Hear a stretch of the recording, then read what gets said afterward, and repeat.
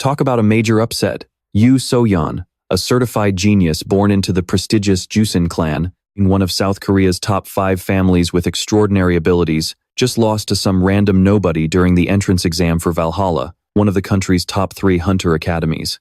This place is infamous for its brutal acceptance rate, with only 1 in 500 applicants making the cut. Every year, countless hunters dream of wearing the VALHALLA name, but fewer than 150 actually manage to graduate with it. The cutthroat competition starts from day 1. Now, Yoo So-yeon was no ordinary prodigy. At just 10 years old, she already possessed the mana capacity of a high schooler. By 13, she could channel mana into her sword to reinforce her weapon, and at 16, she challenged every single member of the Jusin clan and defeated them all. But hey, that is just what it says on paper. Rumor has it, she can even communicate directly with her clan's guardian constellation. No wonder the Jusin clan had such sky-high expectations for her. See, the reason South Korea has 5 great clans is because each one is backed by a specific guardian constellation. Normally, hunters just receive blessings or sign contracts with regular constellations. But the guardian constellations of the 5 clans are on a whole different level. We are talking about the Jusin Sword God clan, the Jongsan Spear Saint clan, the Choi Jin Blade Emperor clan, the Oseon Fist King clan, and the Dojeon Bow God clan. Members of these 5 clans receive blessings from their respective constellations, giving them talents and abilities that leave normal people in the dust. But there is a massive difference between just receiving a blessing and establishing a direct connection. Connecting with a guardian deity means forming a direct contract with them. If those rumors are true, Yoo So-yeon really is a once-in-a-generation genius. But even a genius like her is nothing but a joke in front of Kim Joo-hyuk. Everyone expected a thrilling, high-stakes match where Yoo So-yeon would effortlessly take down her opponent in a single blow. But nope, the one who got knocked out in a single hit was actually Yoo So-yeon herself. As the reporters, VALHALLA's head coach Lee Sang-gon and Yoo Min-jun of the Jusin clan stood there completely speechless. Kim Joo-hyuk just looked down at his defeated opponent with a bored expression. Seriously? Why is everyone so incredibly weak? Is this really the future, 300 years later? Why is he saying that? Well, because 300 years ago inside the Tower of Destruction, the God of Destruction, Barche, and the martial god, Kim Hyun-oh, had an epic, world-shaking battle. In the end, the martial god defeated the tower's final boss, successfully saving the world from complete annihilation. But save the world, my foot. Right after Barche kicked the bucket, the entire tower started shaking violently. Clutching his bleeding stomach in agony, Kim Hyun-oh couldn't help but wonder, is this place collapsing because I killed the boss? Turns out, he was absolutely right. In those final moments of facing his imminent death, his thoughts drifted to his disciples. Thank goodness he didn't bring them along, or they'd all be dead meat too. Although he hated to go out like this, he could only give a foolish laugh before being crushed into a bloody pulp. But death wasn't the end of his story. Kim Hyun-oh was reincarnated into the body of a 17-year-old kid, exactly 300 years after the collapse of the Tower of Destruction. Honestly, he was just glad to be alive. Having a much weaker, younger body compared to his days as the legendary martial god wasn't really a big deal. With some training, he was confident he could live a life of luxury. At least until that floating blue screen popped up. And of course, just like an unwanted shadow, that damn system window always clings to hunters. The notification stared him right in the face. The Tower of Destruction will reappear in 5 years. Please prepare. It was enough to drive Kim Joo-hyuk absolutely insane. He silently cursed that damn Barche. If he had known this would happen, he would have tossed that bastard's body straight into the lava. Well, there is no turning back now. He would just have to destroy that tower once and for all, and then spend the rest of his life living like a king. But to actually reach that sweet life of luxury, he still had a very long way to go. The system informed Kim Joo-hyuk that he could retrieve his weapon and memories on the 3rd floor, in the 5th room on the right, inside VALHALLA. And that was the sole reason why he even bothered to enter this academy exam in the first place. The 4th day of the top 10 tournament officially kicked off. This time, Kim Joo-hyuk's opponent was the eldest son of the Oseon clan. This guy wasn't book smart, nor was he good at strategy or martial arts. However, he possessed a talent that set him apart from everyone else. Raw, brute strength. Oh-si-hyuk could easily pull off physical feats that others couldn't even dream of without using mana. With just a tiny bit of training, his power would skyrocket. His insane physical strength was completely natural born. That alone was enough for him to be hailed as a genius. Looking at his seemingly weak opponent, the guy was fully confident he could easily crush Kim Joo-hyuk to boost his own fame. Too bad that only happens in his dreams. What an absolute brainless idiot. With just a few sharp taunts from Kim Joo-hyuk, he completely lost his cool and lunged forward without a second thought. Kim Joo-hyuk knew he couldn't win a direct test of physical power in his current body, since Oh Se-hyuk's raw strength was no joke. But being big doesn't guarantee a win. True martial arts are meant to maximize your physical strength and exploit your opponent's openings. If you can't balance those two, you end up like this. With flawless timing, he dodged the massive swing, sending the guy completely off balance. Instantly, he spun around and delivered a devastating finishing blow straight to the guy's chest, leaving him writhing in pain on the floor. Having won this utterly meaningless match, Kim Joo-hyuk coldly turned his back and walked away. The reporters and guild members in the crowd were whispering among themselves, constantly sizing up his abilities.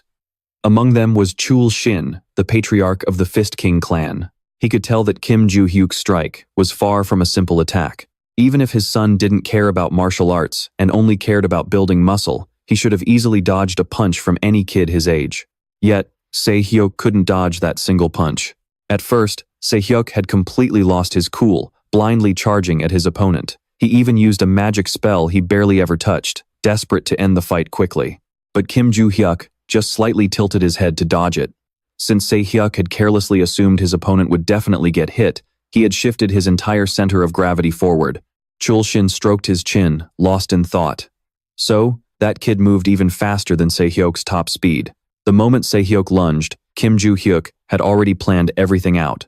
That alone showed extraordinary talent. Looking pretty excited, he scanned the crowd of other guild members before turning his gaze back to today's main star, making a firm promise to himself. I will recruit you into our clan, no matter what it takes. Break time was over, and the next match was about to begin. Kim Joo-hyuk's next opponent was the second daughter of the Choi family, Choi Arin. The moment she stepped out, the guys in the stands went absolutely wild, screaming and cheering for her non-stop. Kim Joo-hyuk cringed hard, silently calling them a bunch of absolute weirdos. Why on earth were these grown-ass men who already served in the military calling a 17-year-old girl big sis? He figured this would be like any other match, with his opponent making the first move. But nope, both of them just stood there like statues, waiting for the other to act. Fine, if that's how it's gonna be, Kim Joo-hyuk decided he'd make the first move. Wearing a look that made him look like a total villain, he smirked and took a slow step forward. Right at that moment, Choi Arin saw her chance. She drew her sword and swung it with deadly precision. But just like his previous fights, in the blink of an eye, Kim Joo-hyuk vanished without a trace, only to materialize right next to her. A massive question mark practically popped up over Choi Arin's head. If you keep staring so hard at your target, you're basically telling me exactly where you're going to strike. With that, he unleashed a counterattack. Choi Arin was instantly blown back. Fortunately, she managed to block it with her sword to stay on her feet. But before she could even process what happened, Kim Joo-hyuk, like a lingering ghost, was already right in front of her, landing another heavy blow. Let's see you block this one. Caught completely off guard, Choi Arin had no way to defend herself. She took the hit head-on and collapsed instantly. Seeing her sprawled out on the ground, Kim Joo-hyuk felt like that last hit was a bit too much. But whatever, a win is a win. And just like that, the top 10 tournament officially came to an end.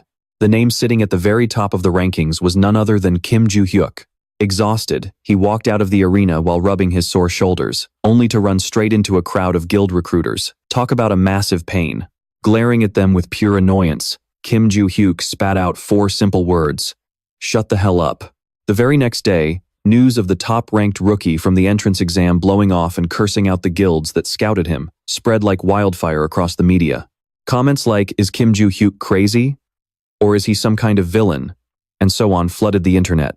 But regardless of the drama, our guy was still the center of attention, proudly entering Valhalla solely on his own merit.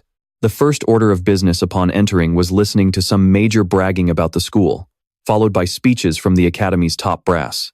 Seeing Kim Joo-hyuk standing there yawning his lungs out, a few guys next to him instantly felt intimidated. He wondered if he was standing out a bit too much today, but on second thought, maybe that was for the best. It meant he wouldn't have to deal with making friends with anyone.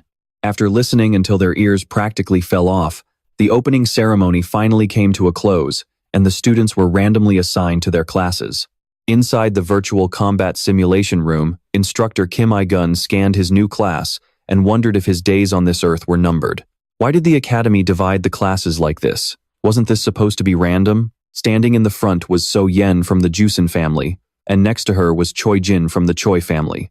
As for the giant guy in the middle, that was Se-hyuk from the Oh-sun family. How on earth did 3 geniuses from the 5 great families end up in the exact same class? And on top of that, why was that crazy bastard Kim Joo-hyuk here too? Despite panicking internally, he quickly regained his composure. He introduced himself as their homeroom teacher and instructor, Kim Hyun-oh. The second he finished speaking, he slammed a button on his console. Suddenly, the entire room began to shake. They were all teleported to a completely different dimension, surrounded by a horde of goblins and orcs, about 100 of them in total. Spotting their prey, the monsters hungrily rushed forward.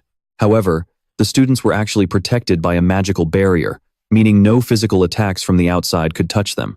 Kim Hyun-oh called Kim Joo-hyuk over and asked if he could handle all these monsters by himself.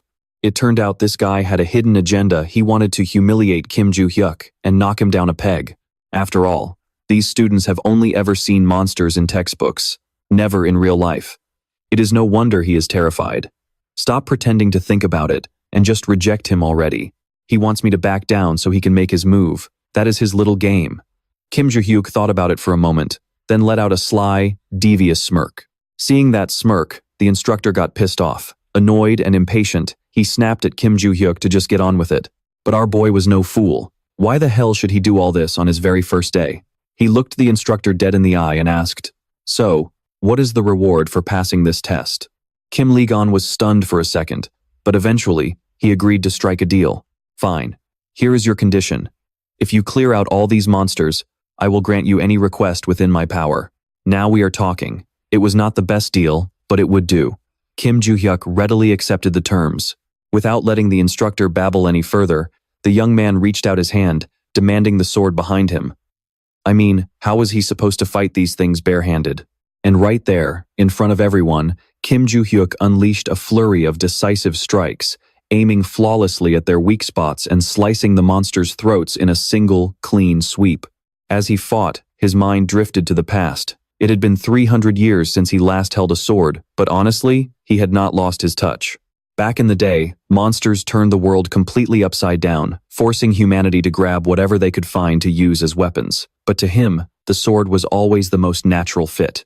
Just as he suspected, these things were incredibly simple. They were nothing but basic NPC monsters, cleverly crafted holograms.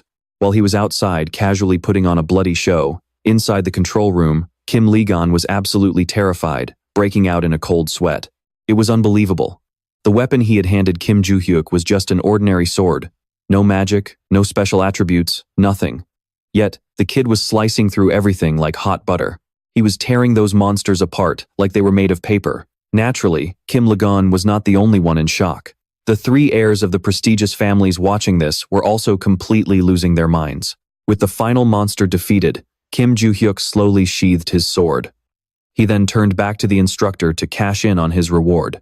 "I want access to the constellation room. You are a man of your word, right, sir?" A few hours later, their very first class finally came to an end. During the lectures, Kim Joo-hyuk looked so utterly drained, it seemed like his soul was literally leaving his body. To him, this whole thing was pure torture. His plan was simple: get what he came for and get the hell out of there as fast as possible. So why on earth was he stuck sitting here listening to this garbage? Come to think of it, he had never once considered going to school, nor had he ever stepped foot in one before. But, he had to admit, the experience was not entirely useless.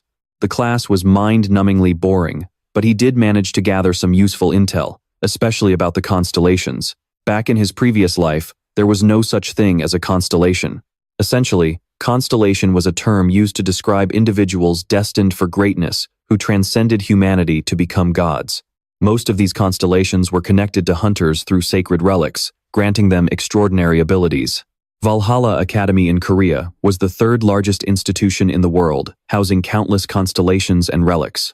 It seemed like all the swordsmanship and monster-slaying tactics taught here were completely useless to someone like him. So, Kim Joo-hyuk decided to head back to his dorm to get some serious physical training in. His current body was just way too weak. His train of thought was suddenly cut short by the appearance of Choi Erin, the second daughter of the prestigious Choijin clan. Teach me swordsmanship. That was the first thing she demanded the moment Kim Joo-hyuk turned around. But as established, he was not interested. His answer was a flat no. Yet, she just stood there, stubbornly repeating her demand. By this point, Kim Joo-hyuk had completely run out of patience. Glaring at her with pure annoyance, he snapped, "Are you hard of hearing or something? Stop hovering over me. I have absolutely zero interest in teaching you, so get lost." With that, he cold-shouldered her and walked away, leaving the high and mighty young lady standing there utterly speechless. Meanwhile, back in the staff room, the head coach was trying to console Kim Lee-gon, who was still reeling from the absolute humiliation he had just suffered. He still could not wrap his head around the fact that Kim Joo-hyuk was just a high schooler. How could someone who had never seen a real monster perfectly slaughter 120 of them in the virtual arena? On paper, the kid was nothing special, just an orphan from some rundown shelter in a sketchy neighborhood. Yet, he possessed this absurd, monstrous power. Kim Lee-gon was convinced the kid was an imposter, but the head coach begged to differ. After all, what kind of imposter would be crazy enough to infiltrate Valhalla only to cause a massive scene at the entrance ceremony? He had a point. Still, Kim Lee-gon could not stop whining about the headache he was about to face. If they did not handle Kim Joo-hyuk properly, keeping those three hot-headed heirs from the elite families in line was going to be an absolute nightmare. The head coach, Lee Sang-cheol, offered some sympathy, but quickly pointed out that Kim Lee-gon was actually lucky. At least the kid from the powerful Ventric family was assigned to a different class. Hearing that gave Kim Lee-gon a small sigh of relief. At least his situation was better than whatever the class next door was dealing with. Word on the street was that Lokdil Ventric, a rogue scion of the Ventric family, had been expelled from a prestigious British academy for inciting a massive riot. The next day, our protagonist thought he would finally get to enjoy some peace and live a normal school life. But as luck would have it, trouble seemed to follow him like a shadow, making him stand out wherever he went. As he sat there, lost in thought about, instead of a wealthy future, he got slapped right in the face with the presence of Jordi Venchik from the notoriously infamous Vench family and his follower, Uriah Z. Felix. Since he was reincarnated, Kim Hyun-woo obviously had no freaking clue who this guy was, so when Jordi walked up to him, Hyun-woo had to ask him who the heck he was. Jordi stared at him, thinking, this guy is just an uncultured, disrespectful brat. He had never even heard of the Vench family. Cutting straight to the chase, Jordi looked at him with ambitious eyes and tried to tempt him. Do you want to become stronger? In most prestigious clans, branch families usually struggle to gain power and wealth compared to the main family line. However, the Vench family is different from other clans because they possess a symbol that serves as a guardian constellation. Normally, a high-ranking or S-rank guardian constellation would protect the clan, directly choosing a member to grant them power and protection. But with the Vench, they decided to form a contract with a family member who was not a constellation. This allowed the chosen one to form a contract without facing any opposition from the actual constellations. And because of this unique setup, the Vench family wielded immense power all across Europe. As long as you are a member of the Vench clan, you can establish a mock contract regardless of your bloodline. This meant even branch families could wield power over the main family. Backed by that absolute power from his family, Jordi had become incredibly arrogant. Not long ago, he was expelled due to the chaos he caused at the British Academy.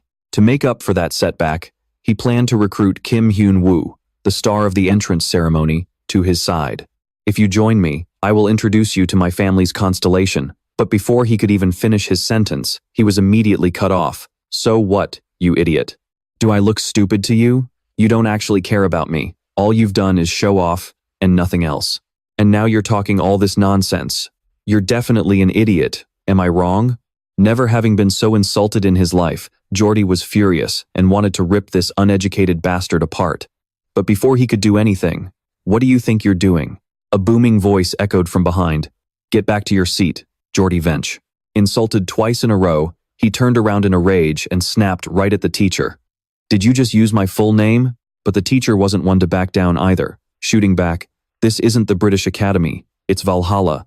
I don't care how powerful the Vench family is. Since you are a student here, you must listen to me, your advisor. Shut down completely. Jordi couldn't say a word and had to slink away in utter humiliation. After class ended, Kim Hyun-woo was feeling pretty bored. He didn't find any new information about the constellations today. Instead, He got dragged into dealing with an absolute idiot. As he walked and cursed the jerk who had annoyed him, Choi Arin materialized out of nowhere behind him, like a ghost. She repeated those same words, "Teach me your swordsmanship," leaving Kim Hyun-woo deeply confused. He turned to her and warned, "Are you looking to get insulted too?" Over at the luxury dorms of Valhalla Academy, after being humiliated in public by some random penniless orphan, Jordy threw a massive tantrum, smashing everything in his room before grabbing Yuria by the hair and slamming her head hard onto the floor. "Yuria, answer me. Do you still think you're some high and mighty princess? Should I kick you out of the house? Contact Jera. There are a few guys who need some special attention. And also, the son of that rising family in class 2. Tell Lorik I want to see him." Meanwhile, over in Kim Hyun-woo's room, even though it was quite late, he was still burning the midnight oil well. Actually, he was just working out. But he ended up running out of steam halfway through, panting like a dog. This body was truly trash now that he couldn't use magic anymore. Suddenly, Kim Hyun-woo remembered the deal he made with Choi Arin earlier. Just to get her off his back, he had impulsively demanded 10 million won for a single lesson. He figured she'd back down, but nope, she had more money than she knew what to do with. Choi Arin immediately asked for his account number and transferred the cash in a split second. Suddenly, 100 million won landed in his account, but Kim Hyun-woo still tried to wriggle out of it. He flashed a bright smile and said, "No way, I'm still not teaching you." To be honest, he was genuinely shocked that a student like her could instantly transfer 100 million won, just like that. Kim Hyun-woo stroked his chin thoughtfully, thinking, "If I teach her, I don't even have to reveal my secrets. And that is an insane amount of money. Well, whatever, it's just money anyway. He could always make his own money, even if his mana pool was pitifully small." With that, he packed his bags, got dressed up, and prepared for his high-stakes mission. Let's go. Time to find that secret vault. Before entering this school, he had already surveyed the surrounding area, but most of the records hidden 300 years ago had already been destroyed. According to his research, at least 4 records remained, and he was absolutely certain they were on the mountains of Valhalla. As he knew, the location of these records could be detected by the reaction of the magic stone he carried. Kim Do-hyuk tried his absolute best to find them using the pathetic amount of mana he had left. Ta-da! Thanks to his desperate efforts, he actually found them. A faint glow appeared on the ground. Kim Do-hyuk quickly started digging, his hands working fast while he cursed his damn weak body under his breath. If he had known it would take this much effort, he would have buried it somewhere shallower. Besides, if it weren't for the Tower of Destruction 3 years ago, he wouldn't be suffering like this now. Back then, a world on the brink of destruction had no room for his massive pile of wealth. So, Kim Do-hyuk made records of everything and buried it all. After digging and digging all the way until morning, he finally reached the roof of the underground vault. But there was a catch. These locks were pretty special. A normal key wouldn't fit this keyhole. He squeezed out a little bit of mana to create a magic chain, turning it into a key. Perfect. It's a perfect match. At this rate, he might as well quit being a hunter and become a professional lockpick instead. Kim Do-hyuk immediately jumped down, staring at the glittering mountain of gold and treasure before his eyes. He was practically out of his mind with joy, even though it all belonged to him in the first place. "Are you guys doing well, my sweet babies?" That was the only thing Kim Do-hyuk could squeeze out of his mouth right now. Now, he didn't have to worry about money anymore. In fact, selling all of this might make him even richer than those elite families. To keep track of them, he'd infused them with a bit of magic beforehand, but today was finally the day to use it. Kim Do-hyuk picked up the gems and absorbed all the raw mana from them. Just as expected, energy rushed into his body, giving him an incredibly satisfying, tingling sensation. Now, it was time to clean up this place. Kim Do-hyuk wondered if he should just leave the heavy gold bars behind and only take the light, valuable gems. After all, trying to carry this entire hoard would definitely kill him, and he really was exhausted. When Kim Do-hyuk arrived in class, he couldn't even pay attention to the lesson. His arms and legs felt like they were about to fall off. He slumped tiredly over his desk, completely ignoring Choi Arin, who was sitting right next to him. She kept repeating her favorite line, "Teach me, swordsmanship," and Kim Do-hyuk just couldn't understand why she was clinging to him like a leech. According to the information he got when he reincarnated, out of the 5 great families, the Choi family was famous for practicing swordsmanship. So the real question was, why was she looking for him? In response to that, Choi Arin said she wanted to learn from him because she had never seen anyone wield a sword better than he did. Kim Do-hyuk continued to question her. "What about your father? Isn't he the head of the Choi family? He's better at swordsmanship than me, isn't he? Just then, before Aaron could even answer, the teacher suddenly opened the door and called Kim Do-hyuk to the staff room. As soon as he heard it was about the constellation room, our boy immediately rushed over. On top of that, it seemed like he finally sensed Aaron's sincerity, so he threw a few words her way before leaving. Meet at the training ground at 6 tomorrow morning. In the staff room, Kim Lee-gun quickly got straight to the point. Specifically, his request to enter the constellation room had been approved, but on one condition, he was only allowed on the first basement floor. Going any lower than the first floor was strictly forbidden. That sounded fair enough. Although Kim Do-hyuk paused for a brief second, he immediately and happily agreed. He didn't forget to ask his teacher when he could enter. After thinking it over, Kim Lee-gun said that if possible, they should strike while the iron is hot and do it tonight. Kim Lee-gun had fully expected his student to throw a massive fit over not being allowed to go down to the second floor, but he never expected him to accept it so cheerfully. That night, right on schedule, the teacher, dressed in his sharpest outfit, led the boy to the ultimate treasure of Valhalla, the constellation room. The security here was incredibly tight because its sheer importance was enough to make Valhalla one of the 3 greatest academies in the world. Kim Do-hyuk scanned the area and couldn't help but marvel in his head. It wasn't just the physical guards. Even the outer walls were completely covered in all kinds of defensive magic, except for the entrance. Kim Do-hyuk suddenly turned to his teacher and asked what would happen if he went down to the second floor. Hearing this, Kim Lee-gun got a bit nervous and answered immediately before it was too late.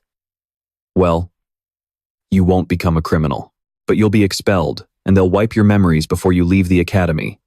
On the second floor, the constellation's magic is absolutely wild. If you touch it, your consciousness will shatter, and you'll go completely insane. Now, all his questions had been answered. Kim Do-hyuk had exactly 30 minutes inside. Suddenly, a bright green notification popped up again, reading, "Recover your weapon on the 3rd floor, in the right wing of Valhalla." Kim Do-hyuk didn't care about getting expelled or anything else. His sole reason for coming to Valhalla in the first place was for this, and his absolute priority was to reach the 3rd basement floor. But after taking just a few steps, he suddenly bumped into something. Out of nowhere, a system window popped up with a forced quest, dragging Kim Do-hyuk straight into a bizarre room. "Long time no see, Kim Hyun-oh." That was the greeting he heard after being pulled away, and looming right in front of him was that absolute bastard Park Cheol, the Tower Lord of the Tower of Destruction. It's been 300 years. Is this a touching reunion? No, it's not. Before Park Cheol could finish his sentence, a brutal punch smashed straight into his face with a loud crack. Kim Do-hyuk, practically foaming at the mouth with rage, screamed right in his face. "Oh, I'm absolutely thrilled to see you too, you bastard." Bakro scrambled to his feet, waving his hands and begging Kim Do-hyuk to calm down and just listen to him. But calm? Yeah, that word wasn't in Do-hyuk's vocabulary right now. For every word Bakro managed to get out, Kim Do-hyuk threw another punch. Bakro kept screaming for help, while Do-hyuk just kept cursing him out. The only things echoing through the space were desperate screams. "Stop! Please stop hitting me! Someone help! Wait, just wait a second! Die, you jerk! Stop hitting you? Oh, I am going to beat you even harder." I'm usually not the type of guy to let my fists do the talking, but when it comes to a punk who completely ruined my easy, comfortable future, I'll make an exception. You absolute bastard, my wealth, my fame, and all that time I wasted training those bratty disciples of mine. Bakro took a brutal beating, having no choice but to cover his face and curl into a ball. The moment Kim Do-hyuk paused to catch his breath, Bakro scrambled away, trying to squeeze in a word. "Wait, just wait a second. Master, aren't you even a little curious about where we are?" Only then did Do-hyuk freeze, suddenly realizing he had no idea where he was or what was even going on. Looking around, there was absolutely nothing but empty space. Taking advantage of the brief pause, Bakro stood up and explained that this was a fantasy world, or more accurately, a pocket dimension inside an ancient ruin. As for the version of Bakro standing right in front of him, it was merely an avatar created by this imaginary realm. His actual physical body had vanished over 300 years ago. Talk about a massive mind-blower. Kim Do-hyuk raised an eyebrow, completely skeptical. "Wait, you're telling me you've been trapped inside this ruin all this time?" Sensing an opportunity to show off, Bakro floated up into the air, looking down at his master with a smug, prideful grin. "That's right, master. After all, your disciple has become a glorious constellation." "Oh, So he thought being a constellation made him hot stuff? Do-hyuk immediately jumped up and punched him right in the face again. While he was busy dealing with this annoying brat, the 30-minute limit ran out. Do-hyuk wasn't even sure if he had gathered anything useful. But he had no choice but to head back outside as required. The moment he stepped out, the academy instructor marched over with a furious expression and immediately began interrogating him. "Did you do anything weird in there?" To avoid dragging himself into any more unnecessary trouble, Kim Do-hyuk gave a half-hearted answer to brush him off, then quickly got the hell out of there. He had too many bizarre things on his plate that he needed to figure out. Back in the ruin, after beating Bakro to within an inch of his life, Do-hyuk had finally calmed down enough to have a polite, civilized chat, naturally using his fists to force the kid to spill everything. Poor Bakro wanted to cry but had no tears left, his face swollen and utterly numb from the beating. "After you killed me, master, my soul was trapped in here for 300 years, without a single drop of power. I only got my memories back when a system notification popped up, telling me to contact the reincarnated Kim Do-hyuk. And then, that shady guy appeared. I can't help but wonder if this is the work of the same bastard who turned me into the master of the Tower of Destruction in the first place." Kim Do-hyuk pressed him further, demanding to know the identity of the person who had turned him into the Tower Master. But it seemed Bakro was completely in the dark about that, too. His memories regarding that entire event had been completely wiped. After explaining his side, Bakro turned the question back on his master, asking what his own notification was about. Do-hyuk thought back to that glowing blue hologram. "It told me to find my weapons and memories," Do-hyuk muttered, "but everything below that was pixelated out, so I couldn't read it." The problem was, Do-hyuk didn't feel like he was missing any memories at all. He still clearly remembered everything from his time in the tower. Bakro gestured animatedly, trying to explain the core of the issue. "Maybe those specific memories just haven't triggered yet, master. But since you've already found your weapon, those memories should start returning on their own soon." Hearing his disciple's words only made Do-hyuk more confused. "What weapon? I haven't found any damn weapon yet." Seeing his master still struggling to put the pieces together, Bakro sighed and explained. "Yes, you have. This very dimension exists inside the world of the 4 weapons that fused to become your relic, the Devourer sword. I only managed to become a constellation because I ended up using that exact relic." Hearing that absolutely blew Do-hyuk's mind. Enraged, he lunged forward and gave the kid another solid thrashing just to blow off some steam. But at this point, Do-hyuk finally had a rough grasp of the situation. Bakro used to be his disciple, but some mysterious force turned him into the master of the tower, forcing Do-hyuk to kill him to save the world. Now, the kid had been resurrected too, spending the last 300 years as a lingering soul inside the Devourer sword. And to top it all off, his own weapon, the Devourer sword, had somehow become a sacred relic with an entire constellation living inside of it. Talk about an absolutely bizarre situation. Honestly, Do-hyuk just wanted to smash the sword to pieces and wash his hands of this entire mess. But even though the sword had weakened significantly, it was still tough enough to house Bakro, the legendary king of destruction. So, he decided to keep it around and make do for now. Besides, he figured only the owner of the Devourer sword could actually see the system notification windows popping up. Just as his head was about to explode from trying to process this mountain of chaotic information, his train of thought was abruptly shattered by a group of thugs blocking his path. A blonde guy, acting like some big-shot gang leader, cracked his knuckles menacingly as he stepped forward to intimidate him. "Hey, you're that freshman who took first place at the opening ceremony. Kim Do-hyuk, right? Your upperclassman is standing right in front of you, and you're not even going to show some respect?" This arrogant punk was Lorik Sunrise, the eldest son of the prominent Sunrise family and a sophomore at Valhalla Academy. He probably expected the new kid to cower in fear, but he picked the wrong target. Do-hyuk didn't give a single damn and immediately snapped back. "Upperclassmen? Do pathetic bullies like you even deserve respect?" Utterly humiliated by a mere freshman, one of Lorik's hot-headed lackeys stepped forward, brandishing his spear and itching to teach the kid a lesson. "Listen up, rookie. Let me show you the difference between a freshman and a sophomore." But before he could even finish his sentence, a brutal kick slammed right into his stomach. Do-hyuk looked down at them with pure, mocking disdain. He wasn't one for talking anyway. He preferred to let his actions do the work. "Cut the chatter and attack, you damn thugs." Without giving them a single second to strike, Kim Do-hyuk charged forward to show them what a real beatdown looked like. One by one, they got punched and kicked until they were flattened on the ground, while a few others just stood there, completely frozen like statues. Kim Do-hyuk wasn't about to let these guys leave empty-handed. He twirled the swallow sword in his hand. Man, it felt amazing. Get over here, quick. This is gonna be fun. If you keep standing there like a statue, I'm gonna crush your skull. 3 hours ago, Lork Sunrise, the eldest son of the Sunrise family and a second-year student at Valhalla Academy, was called in by Rocken Venchik for a little favor. Specifically, he wanted Lork to take care of a first-year student, and in return, he'd get a reward that could really help the Sunrise family. He even gave Lork permission to use weapons, promising that he'd clean up the mess afterward. For such a simple request with a massive payoff, Lork agreed on the spot. He figured it didn't matter if the target was ranked number 1 among the first years. A first year is just a first year. There's no way they could stand a chance against a second year. You see, Valhalla students don't visit the Constellation Chamber until the second semester of their first year, where they contract with one of the stars.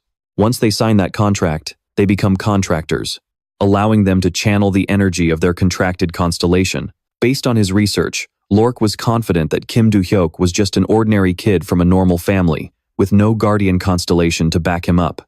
So, this was going to be a walk in the park. Or at least, that's what Lork thought before getting here. But now, he finally realized the kind of monster he was dealing with. Lork was absolutely terrified, but he kept his mouth shut, freezing in fear as Kim Do-hyuk walked toward him. What on earth was that bizarre swordsmanship? It looked like he barely put any effort into it. Yet his opponent took a devastating blow. A million questions raced through his mind, but his pride wouldn't let him back down. So he forced himself to act tough. Behind him, his lackeys stood frozen like statues, hesitating on whether they should charge or not. Refusing to suffer such a humiliating defeat, Lork threw caution to the wind and screamed at his lackeys to attack. What are you scared of, you idiots? He's just a first year. He talked a big game, but deep down, he was about to wet his pants. Kim Do-hyuk just stood there with his sword over his shoulder, waiting for the show. He smirked at their empty threats and taunted, "Oh, look at the brave leader. Whoever stands still gets beaten first." Before the words even registered, he suddenly appeared right in front of them, thrusting the sword into the leader's stomach with a powerful blow. And just like that, Lork was knocked out cold. Talk about pathetic. Running his mouth only to get instantly trashed. Since the bastard wouldn't wake up no matter how long he waited, Kim Do-hyuk had to give him a little physical therapy, slapping that pretty face of his to wake him up. "Wake up, you little brat. Who the hell are you? And why did you bring a whole mob to jump me?" Even after getting completely pulverized, Lork gritted his teeth and refused to say a single word. Not wanting to waste any more time, Kim Do-hyuk decided to let it go, warning them to clean up the mess before he walked away. Absolutely fuming, Lork tried to salvage what was left of his dignity by shouting after him, "You think you can just go to class like nothing happened after doing this? Even if you're the top first year, if word of this gets out, you're getting expelled." It seemed like this guy was completely brainless. Talk about playing the victim after getting caught red-handed. Kim Do-hyuk wanted to ignore him, but he had to stop and knock some sense into his head. Whatever, but you do realize what people will say if you open your big mouth, right? A bunch of second years tried to jump a single first year, only to get completely wiped out. If you tell anyone, won't you be too embarrassed to even show your face at school? Think about it carefully. If you still want to graduate and join a guild, you'd better keep your mouth shut. Meanwhile, back in the dorms, Rocken was eagerly waiting for news of his enemy getting beaten to a pulp. Right on cue, Lork called. He expected a victory report, but what he got was the exact opposite. "I'm out. I'm not touching this kid again." Rocken desperately tried to push, urging his senior to report the assault to the academy's administration so Kim Do-hyuk would get suspended. He promised to pay him handsomely if he did, and even offered to sponsor his family. But to thugs like Lork, money wasn't everything. They still had their pride, so the answer was a flat no. Furious, Rocken smashed his brand new phone to pieces on the floor. He glared at Juji, who was standing behind him, with bloodshot eyes. "You contacted Jazera, right? So, where is he?" Clearly used to these kinds of outbursts, she calmly replied, "Yes, I informed him that you wanted to meet, but since he's far away, it might take some time for him to get here." Meanwhile, at Arabia Academy in Mexico, Jazera Vench, a notorious bully, received a message from Rocken asking him to head to South Korea to take out someone named Kim Do-hyuk, with a hefty reward waiting for him. The moment he got the news, he was thrilled, a sinister grin instantly spreading across his face. The next day, at 6 o'clock in the morning in Valhalla's training room, Kim Do-hyuk brought a bunch of gear with him for his very first physical training session. Just as he was eagerly getting ready to warm up, a sudden voice startled him. "Why are you here, instructor?" Cold sweat instantly broke out all over Kim Do-hyuk. Breaking out in a cold sweat, he asks, "What? Who's there?" "Bacheol. Where on earth are you talking to me from?" Oh, turns out his little disciple was just hiding. Looking at the sealed sword, Kim Do-hyuk angrily lectures him. "I'm surprised you even managed to slip out of there. Maybe I should give you a good beating and lock you right back in." Terrified of his master, Bacheol promises he won't cause any trouble, revealing that he already left a replica of the sword back there. This replication ability instantly piques Kim Do-hyuk's curiosity. Bacheol explains that ever since he woke up, he has lost all his power, but got this special ability in return, though he has no idea why he has it either. While they're still wondering, Erin shows up, arriving just as promised for her swordsmanship lesson with Kim Do-hyuk. However, our guy tells her they won't be starting just yet, as the most important first step is to build up her physical fitness. Starting with exercise number 1. Warming up. He explains that by building up physical endurance, her body will absorb more mana, making it much easier to control at will. Kim Do-hyuk finds the training methods of today's youth really bizarre. They focus entirely on mana control before even building up their physical strength or basic foundation. Even Irene over there is doing the exact same thing. Despite her massive pool of mana, her actual combat ability is barely on par with a novice student holding a sword. And just like that, stepping up as a real coach, Kim Do-hyuk kicks off their days of less talk and way more action. That morning, Kim Do-hyuk's class takes a small written test, proctored by Valhalla's senior instructor, Lilia, focusing on otherworldly monsters. Before this, she had told the class to self-study and research the topic on their own. So now, it's time to test their knowledge on how to deal with each type of monster. Everyone quickly writes down their answers and wraps up the test. Even though today's test won't affect their final grade, it will evaluate their eligibility for the advanced class, making everyone pretty tense. Except for Kim Do-hyuk, who seems to be doing something totally off, so off that even Bacheol can't help but gasp in shock. "Are you sure you can write an answer like that, master?" Meanwhile, in the first-year faculty lounge, the instructor looks over the test papers, feeling quite satisfied. Lilia confidently tells instructor Kim Lee-gun that, as expected, the students from the 5 great families performed exceptionally well. But that's just 1 second before disaster. The male instructor doesn't even finish his sip of coffee before spit-taking it all over the place. Kim Do-hyuk. Does he seriously dare call this piece of garbage an answer? Furious, she crumples up the paper, turning to Kim Lee-gun to vent. Not only is he too lazy to write real answers, but he's also actively mocking this class. This cannot be overlooked. Next class, I'll show him this test and teach him a lesson he won't forget.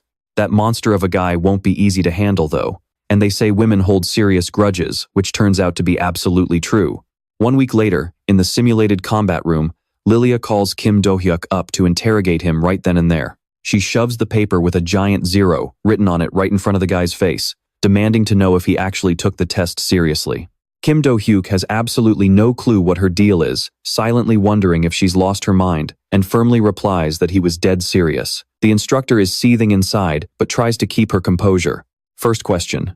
What is the best way to deal with a stone golem? How exactly did you answer that?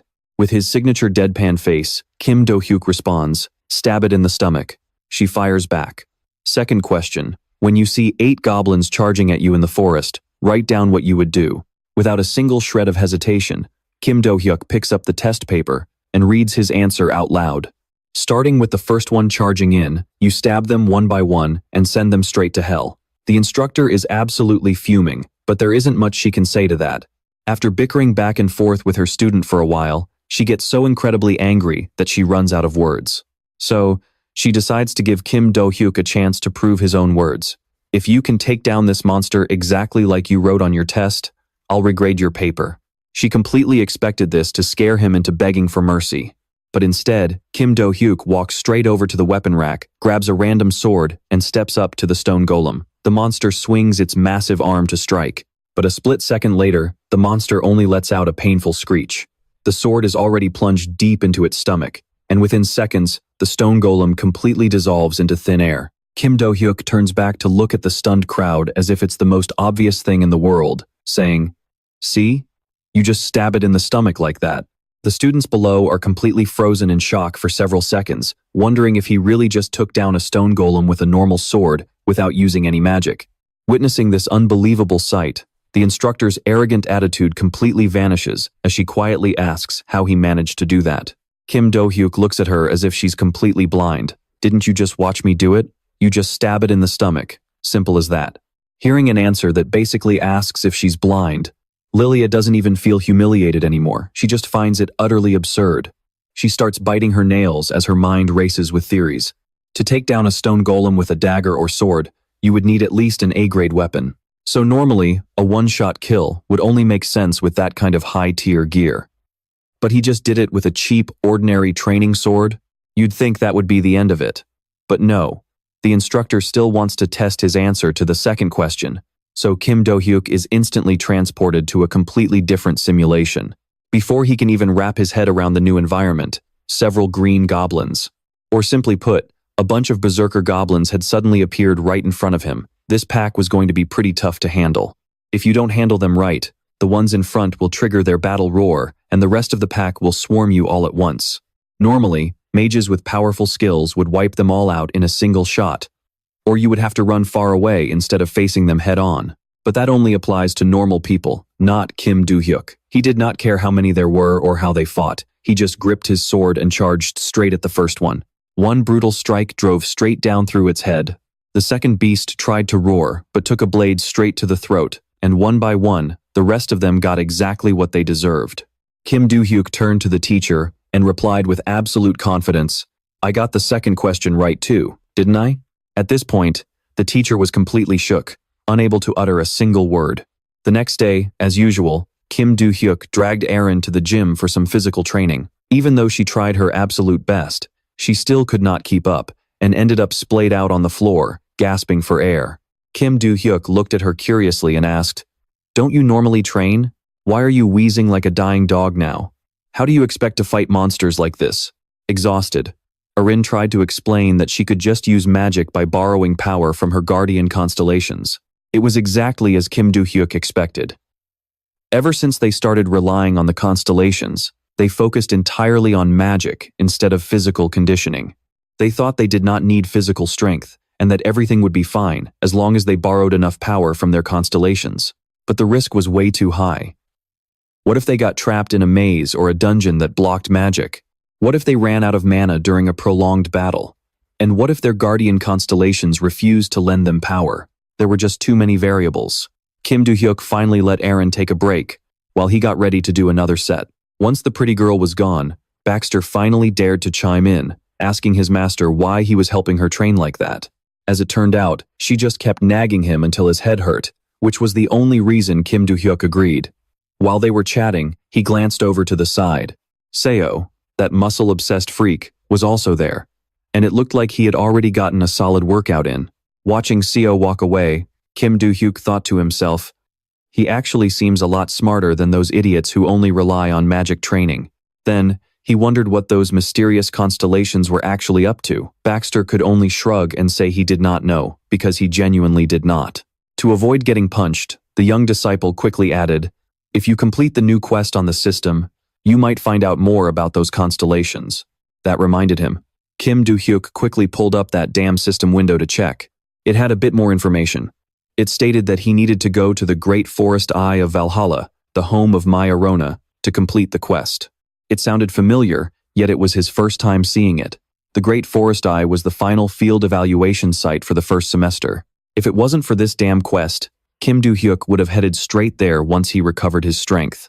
But it looked like he would just have to bear with it until then. No matter how dense he was, he knew he couldn't get himself expelled from the academy until this quest was completed. His secret had to remain tightly under wraps. Meanwhile, in London, England, at the Vench family mansion, Adelia, the vice head of the Venchik family, sat comfortably in her chair listening to her subordinates report. Jero had been summoned to South Korea by Woken. Just hearing those names gave her a massive headache. Jero Venchik was the family's biggest troublemaker and their worst thug. He had used the Venchik name to cause countless scandals. At 19 years old, he murdered 5 people from the British Academy over a simple argument. As a result, at 20 years old, his name was completely erased from the Vench family register. He had been living in hiding for years, and now he was off to meet Loken. Knowing trouble was brewing, Adelia immediately ordered her people to keep a close eye on him before it was too late. On top of that, she did not forget to send a warning to Loken. If she caught him doing anything shady, he would be kicked out of the family too. Adelia absolutely detested freeloaders. All of them enjoyed the family's influence without putting in any actual effort. That kind of power was not meant for trash. It was all going to belong to her, and her alone. The next day, even though he was in the middle of class, Kim Do-hyuk's mind was completely elsewhere. As he was lost in thought, the girl sitting in front of him suddenly gestured to get his attention and slipped him a piece of paper. The moment he picked it up and read it, his expression shifted, and his attitude changed in a heartbeat. Since students were allowed to go off campus this week, Kim Do-hyuk quickly filled out a permission form the second class ended. Yoo Se-ola had been trailing behind him the whole time, stammering so much she could barely get a word out, which was starting to drive him crazy. He had politely written back to her note and got zero response, which already annoyed him, and now she was just standing there rambling about nothing. Yoo Se-ola actually just wanted to ask Kim Do-hyuk how he had managed to pierce that stone golem so easily. But the words got stuck in her throat because asking felt like a massive blow to her own pride. But before she could even finish her sentence, the teacher popped out of nowhere like a ghost and cut her off, demanding to know how he killed that stone golem. The teacher's sudden entrance completely stole her spotlight, totally ruining the moment. On top of that, the professor even tried to recruit Kim Do-hyuk as her assistant, promising tons of perks, especially the chance to study different ways to take down monsters. Watching the two of them walk away, Yoo Se-on cried silently inside, figuring it was best not to ask any more questions. The next day, just like he had planned, Kim Do-hyuk hauled his pile of valuable treasures to a night market to sell them off. He chose the night market because he wanted to keep his identity hidden, and it was a place where similar goods were openly traded. The only reason this black market still exists today is because its creator is a guardian constellation known as the Ruler of the Hidden. Since it was created and actively maintained by a constellation, high-level players used it openly and frequently. Even though it was highly illegal, the government made absolutely no attempt to shut it down, which made it incredibly easy for him to figure out how to get inside. Following the directions he found online, Kim Do-hyuk arrived at the location in no time. Looking at his surroundings, he felt a strange sense of familiarity. The purple sky and the cloudy moonlight looked exactly like the night sky he used to see 300 years ago. Putting the nostalgic scenery aside, Kim Do-hyuk quickly spotted the staff member mentioned in the online post. After handing over a stack of 2 million won for the entry fee, he was instantly treated like a VIP. The staff member handed him a mask and gave him the details of the most reputable dealer in the market. Following the directions, Kim Do-hyuk found his way to Morris, a dealer known for offering the absolute best prices. Without wasting any time, Kim Do-hyuk pulled out a pouch stuffed with precious rings. Expecting some cheap junk, Morris acted completely indifferent at first, but the moment he picked them up to inspect, he gasped in shock. "I have looked at this from every angle, and it is definitely an artifact from the era of destruction." "Wait, the others are too? They are all from the exact same period. Where on earth did this kid get so many ancient artifacts?" Overcome with curiosity, Morris asked him where he found them, but since the market rules strictly forbid asking about personal matters, Kim Do-hyuk naturally kept his mouth shut. He just urged the old man to hurry up with the inspection and tell him how much he was willing to pay. Morris stroked his chin, deep in thought, before admitting that he could not properly appraise them. Since these artifacts were from the era of destruction, he simply did not have enough cash on hand to buy them all. Quite surprised by this, Kim Do-hyuk pressed him to find out where else he could sell the stash. Morris pointed toward a tall tower in the distance, where the grand auction house was located. However, he warned that it usually takes 2 to 3 weeks just to get a slot due to the massive backlog of bookings, and he would have to return later to verify his identity and collect the payment. That sounded like a massive headache. Even if it meant making more money, Kim Do-hyuk was not pleased with the delay, so he asked the old man to just give him an estimate instead. Morris typed a number into his calculator and showed it to him, but there were so many zeros that the young man could barely even count them. Though he had saved them because he knew they were valuable in his past life, Kim Do-hyuk never imagined they would be worth this much fortune. Morris confessed that even if he sold his entire estate, he could only afford about 3/4 of what this pile was actually worth. Wanting to avoid any unnecessary hassle, Kim Do-hyuk simply agreed to sell them for that amount, leaving Morris completely dumbfounded. While artifacts from the era of destruction were highly sought after due to their age, The real driving force behind their massive price tag was the constellations. The constellations, which only began appearing after that era ended, had a strange, powerful reaction to relics from that time period. Rumor has it that a regular human once managed to form a contract with a constellation using nothing but one of these relics. Morris carefully examined the rings, watching the faint lines of mana flow through the intricate details, with ancient magic still radiating from the metal. He felt incredibly lucky to score such a massive bargain for what was essentially pocket change to him. Right then, someone suddenly walked in, startling Morris completely. Since Morris had registered the items anonymously for auction, the market owner, Brackett, personally came over to greet him, and when Brackett caught sight of what was in Morris's hands, he gasped in sheer disbelief. "It seems my guardian constellation is practically begging for this ring." Meanwhile, Kim Do-hyuk quickly made his exit after wrapping up the deal. Checking his bank account, his heart swelled with absolute joy. He would never have to worry about money again.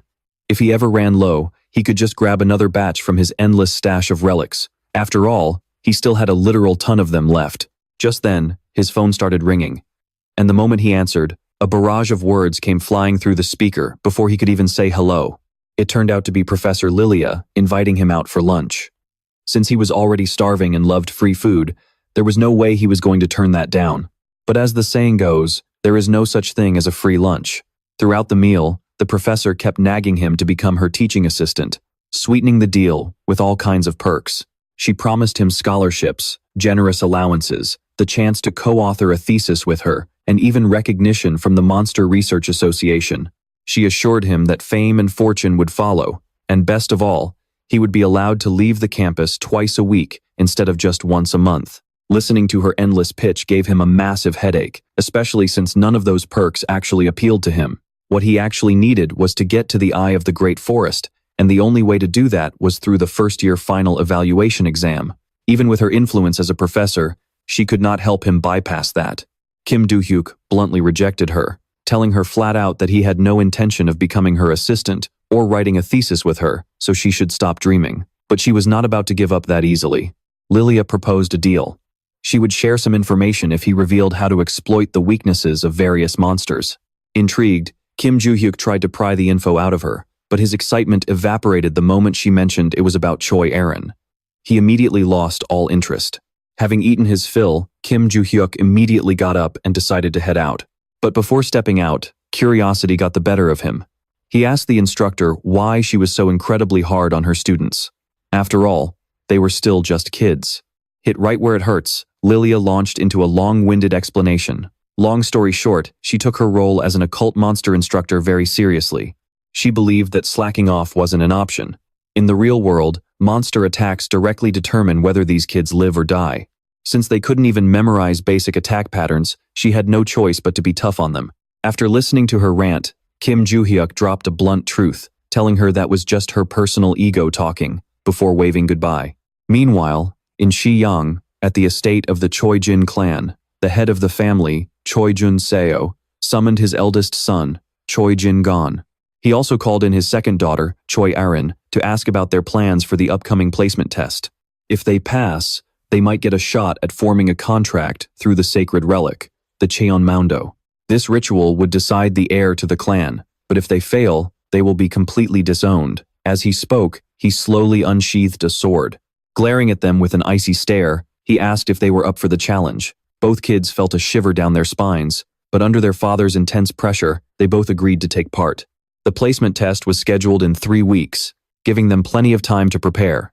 On their way back, Choi Jin-gon, who clearly despised Aaron, couldn't help but throw some nasty insults, belittling and challenging her.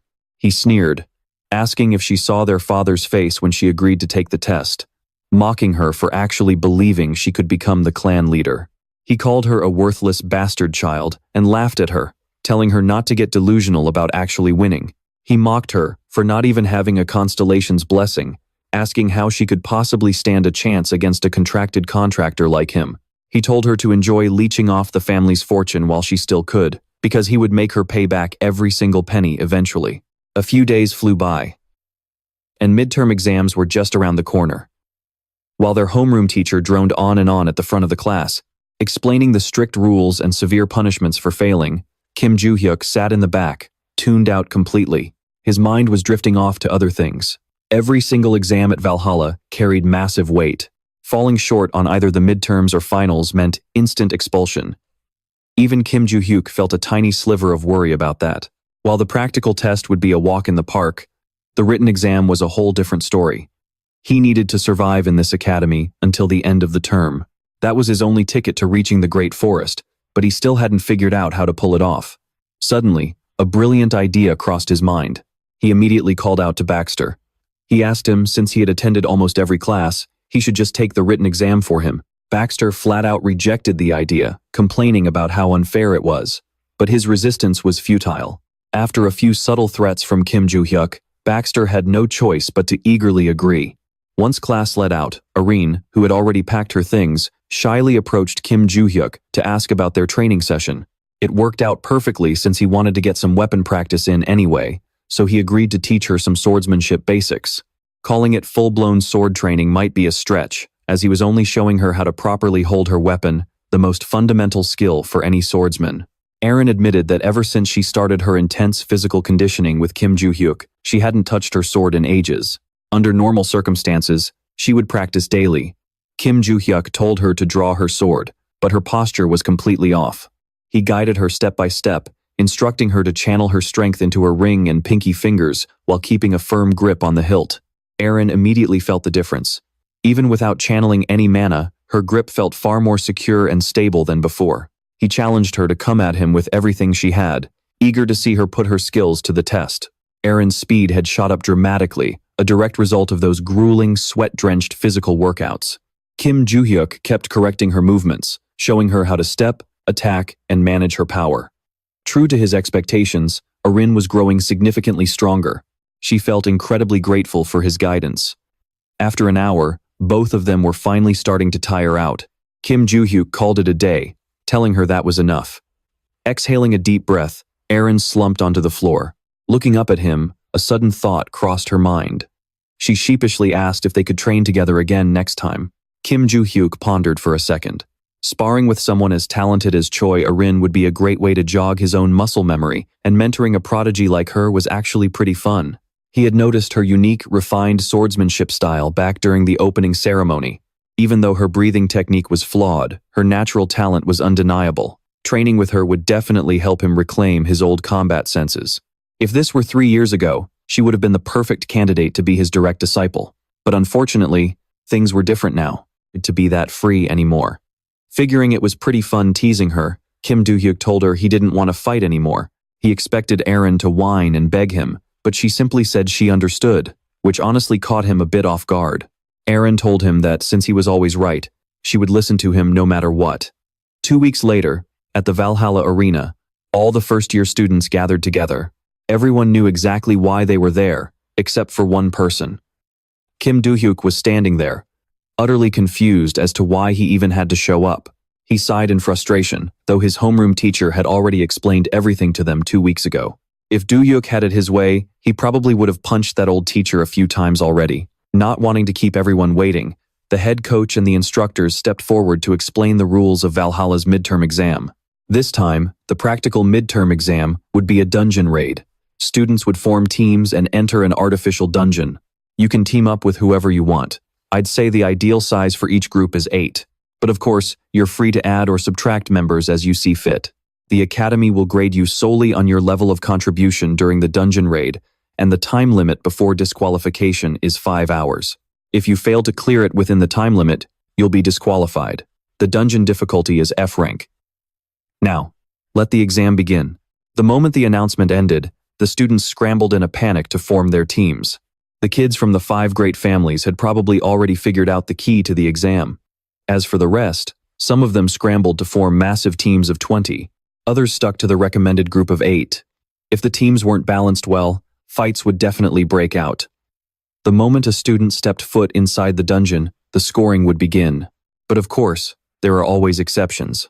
While everyone else scrambled into teams, Kim Joo-hyuk decided to go in completely alone. At this point, this was basically child's play to him. But he wasn't the only outlier. Joo-hyuk was actually pretty surprised to see that Irene hadn't entered yet. She was still just standing there. Oh right, she did say she would follow his lead from now on. Since he was going in alone, she was going to do the exact same thing. Seeing her standing by herself, some of the other students invited her to join them, but Arin coldly turned them down, saying, "Sorry, I'm going in alone. I can handle it." Do-hyuk said it's not that hard anyway, and with those parting words, she headed inside. Over in the Valhalla control room, the examiners were keeping a strict eye on the screens, grading the students' performances. The scores seemed quite low, mostly because the combat coach, Lee Sang-chun, was the head examiner. Back in his younger days, he was known as the Dungeon Master, a living legend, with a 99% dungeon clear rate. Because of that, he understood the core of dungeon rating better than anyone else, and that was exactly why Lee Sang-chun was giving out such low scores. Looking over the monitors, the old man seemed quite pleased. This year's batch had some real talent, especially Jun Seolan, a student with incredible combat skills. He fought straight out of the textbook, handling every situation beautifully, while positioning his teammates perfectly to rack up points. On top of that, he managed his team during the heat of battle to ensure they would successfully clear the dungeon. Overall, Jun Seolan was doing a fantastic job, but unfortunately, he had the worst luck of running into Kim Do-hyuk this year, which completely overshadowed his achievements. Speaking of Kim Do-hyuk, the instructor decided to search for his name, but, strangely enough, nothing popped up. Lee Sang-chun wondered if the machine was broken. Wasn't this thing supposed to track every single student who entered the dungeon? Realizing something was off, he opened up the list of students who had already completed the raid. And there it was.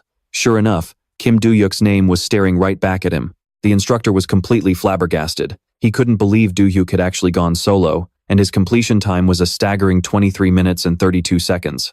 This was something absolutely unprecedented in the history of Valhalla. Still in denial, he quickly rewound the footage to see it with his own eyes. One monster, then two, and before long, an entire pack was wiped out by Do-hyuk without him missing a single strike. From goblins to orcs, he was just slicing and dicing them like veggies. In just a matter of minutes, he was already standing right in front of the boss. It was a massive golem specifically designed for the midterm, but Do-hyuk took it down with a single, swift strike.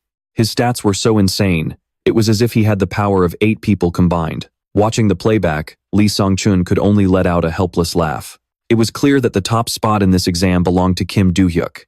The exam quickly came to an end, leaving some students celebrating while others were practically limping out on crutches. Staring at the final scoreboard, the homeroom teacher was completely speechless. Seeing his reaction, the head coach stepped in to explain. "I knew he'd take first place, but I never expected him to clear the entire dungeon by himself without taking a single scratch. If he keeps growing like this, South Korea might actually reclaim the title of The One, the ultimate title reserved only for the strongest contractor." Hearing that, Kim Lee-gun stammered in shock. Realizing he might have gotten a bit ahead of himself, the head coach tried to play it cool. "Maybe because we haven't seen a real genius in so long, I got a little too excited and spoke out of turn." But that wasn't even the biggest shock of the day. The name sitting comfortably in second place, Choi Arin, was what really blew their minds. Lee Sang-chun never imagined she would attempt a solo run, but the cold, hard proof was staring him right in the face. Still, she managed to finish it, even though it took some time and left her pretty banged up. He brought up his doubts to the homeroom teacher, pointing out that if the exam had focused on teamwork, Do So-yeon would have definitely received a higher grade. But Kim Do-hyuk and Choi Ah-jin got higher scores because of their level of contribution. Still, the results are final, so we won't discuss it any further. Even though the teacher said that, Kim Woo-jin still had his doubts. He had met the girl back when he was still working with the Choi family. Ah-jin was always a model student who only cared about practicing swordsmanship, so her suddenly deciding to clear a dungeon all by herself? That was just pure madness. For a split second, he suspected that Kim Do-hyuk might have put her up to it, but he quickly shook off such a ridiculous idea. The next day, just as expected, the ranking results dropped and completely blew everyone away. Seeing Kim Do-hyuk's name sitting right at the top made Felix Viancy's blood boil. He turned to his assistant and asked, "Isn't Jizura in Korea right now? Call him immediately." Yura knew this spelled trouble, but as a mere errand girl, she had no choice but to do as she was told. Later that day, Felix rushed over to a restaurant in Jamsil to meet with Jisera. The scarred hitman immediately waved to greet him, then started cutting up a steak and stuffing it into his mouth, chewing like he hadn't eaten in decades. With his mouth full, Jisera mumbled, "So, the guy you want me to handle is Kim Do-hyuk? What's his deal?" Having waited forever to finally speak, Felix replied instantly, "Nothing major. I just hate his guts because of his low-class background. Please put him back in his place. Ah, so he was dealing with a snobbish elitist. Everyone is equal, except for this high and mighty punk. Gisera swallowed his last bite of steak, looked up, and asked, "Can I kill him?" Felix shrugged and nodded, telling him to do whatever he wanted. With a smirk, Gisera pointed at Yura and casually mentioned that he had just killed one of her aunts for being too talkative, sending shivers down her spine and leaving her shaking like a leaf. He let out a sinister laugh and told Felix he better get his payment ready. 1 week passed, and since Kim Do-hyuk had topped the exam, he was finally granted some time off campus. Seeing him leave, the butler immediately started nagging. "Didn't you just go out, master?" Not wanting to waste his breath arguing with the nagging old man, Kim Do-hyuk simply stated that he had to retrieve some records in Suwon. Grabbing his gear, he fired up Google Maps and wandered up a quiet hill. But just as he was about to sit down, chill, and enjoy a quiet moment with a snack and some tea, some random guy had to show up and ruin the vibe. Kim Do-hyuk stopped in his tracks and demanded to know who the guy was and what the hell he wanted. Gisera, of course, blew him off. Ignoring the question, he smirked and started rambling. "Aren't you curious why, out of everyone, I was the one who tracked you down on this mountain?" Of course, Kim Do-hyuk knew. He used to be the martial god, so he was no fool. "So you mean once you're done, you'll just walk away like nothing happened?" Bingo. Recognizing each other as formidable opponents, both of them instantly went into a fighting stance and clashed. Kim Do-hyuk tossed his backpack aside with a thud, while Gisera aggressively threw a powerful punch. Just as the fist was about to brush his cheek, Kim Do-hyuk slipped the punch. The stray blow slammed directly into a nearby tree, snapping the trunk clean in half. Grinning with excitement, Gisera turned to him and sneered, "Ooh, you're pretty quick. You actually dodged that. If you hadn't, you'd know exactly what your end would have been, right?" Kim Do-hyuk just let out a bored smirk and retorted, "Lucky? No, I dodged it because you are way too slow." Glancing at the shattered tree, Kim Do-hyuk wasn't stupid. He knew this guy was insanely strong. This bastard's power could easily match or even surpass Oh Se-hyuk's. He realized the guy was too dangerous. In his current weak state, he wouldn't be able to survive a direct hit. So, out of the 36 strategies, he decided that running away was his best bet. Refusing to let his prey escape, a thrilled Gisera chased right after him. Just when Gisera thought it was going to be an easy kill, Kim Do-hyuk suddenly spun around and slammed a fist right into his face, sending him crashing to the ground. Strike while the iron is hot. With a devilish smirk, Kim Do-hyuk raised his foot and stomped down hard right toward his face. By a hair's breadth, Gisera gritted his teeth and rolled out of the way just in time, narrowly escaping a shattered skull. Pissed off, the hitman scrambled to his feet, wiped the blood from his nose, and snarled, "You bastard, I'll admit you actually managed to surprise me." Kim Do-hyuk scoffed and shot back, "You must already know that I'm the top ranker at Valhalla." Gisera fell silent. He knew that, but what he couldn't wrap his head around was what kind of performance enhancer this guy must have taken to become this strong. Members of the Vianci family typically use their clan's unique talents to boost their physical abilities in battle. Specifically, their innate talent lay in their exceptional ability to craft powerful combat potions. Gisera could easily utilize any potion he consumed. His parents had forced him to drink thousands of enhancement potions since he was a kid. Because of this, by the age of 16, he was already stronger than any fully grown adult. His parents had wanted to use him as a ticket to gain recognition from the main family. But once he grew strong enough to stand on his own feet, Gisera refused to spend the rest of his life under their thumbs. So, he permanently took care of his parents and ended up being banished from the family by the self-proclaimed head of the clan. But Gisera didn't care. In this shady world, whenever he took on a contract, almost any problem could be solved with enough money. And he became even more reckless after cutting ties with his clan. When Rock hired him, he offered cash, but on second thought, he was way more interested in Kim Do-hyuk, so he decided he'd rather just take the guy's life. He wondered how much fun it would be to toy with the top scorer of the entrance exam, a guy considered a complete lunatic for hurling insults just to weed out the association's spies.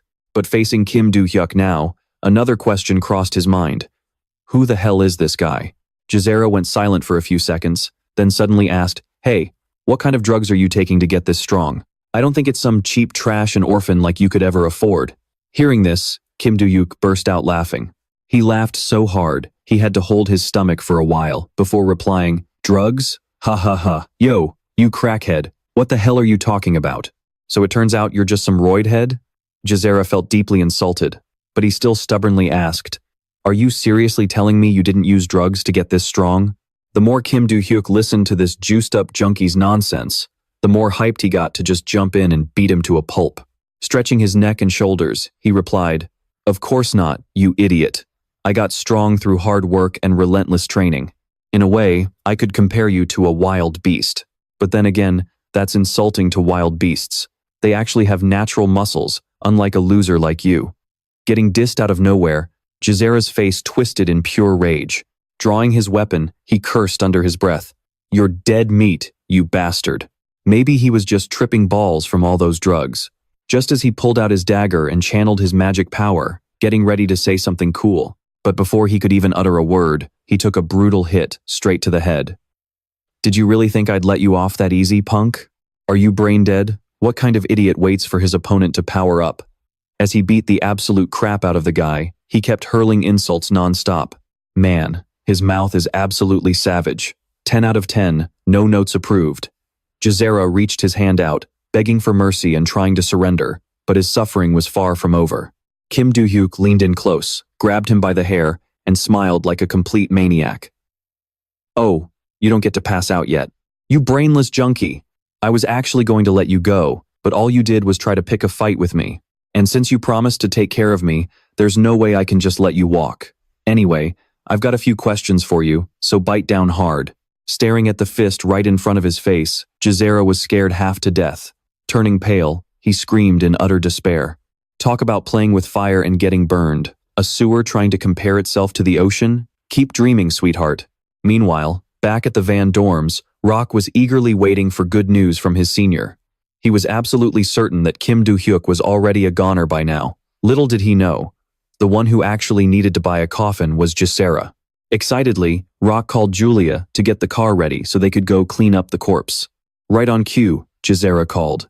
Rock quickly snatched his phone and answered excitedly, "Hey, senior, did you take care of him?" The other end went silent, followed by painful groans, and then a very familiar voice spoke up. "I bet you don't have a fucking clue what's going on right now, do you? I can only imagine the look on your face. Here, let me translate for your buddy. If I die, make sure to light 2 sticks of incense for me. Just you wait, Rockvench." Hearing this, Rock's face turned completely pale, and he hung up instantly, not even giving Kim Do-hyuk a chance to say another word. Now, he was terrified. Terrified that his scheme would be exposed, and terrified of the instant karma heading his way. At this rate, it was only a matter of time before word got back to the Venchik family. Rock held his head in silence, but deep down, he was already plotting another way to finish off Kim Do-hyuk once and for all. He figured that since the guy was just a lowly commoner, nothing major would happen as long as he kept a low profile for a while. Meanwhile, after dealing with that meathead, Kim Do-hyuk and his student picked up their backpacks and continued their search for the ruins. Bacher thought about it but still couldn't wrap his head around it, so he asked, "Did that guy you just beat up leave his brain at home or something? Why didn't you just kill him?" Fed up with his talkative student, Kim Do-hyuk had no choice but to clear things up. If it were his past self, he would have taken that guy's head off in a heartbeat. But right now, he was just a high school student. Makes sense. Bacher stroked his chin and continued to wonder. "Oh, by the way, there's actually something that's been bothering me.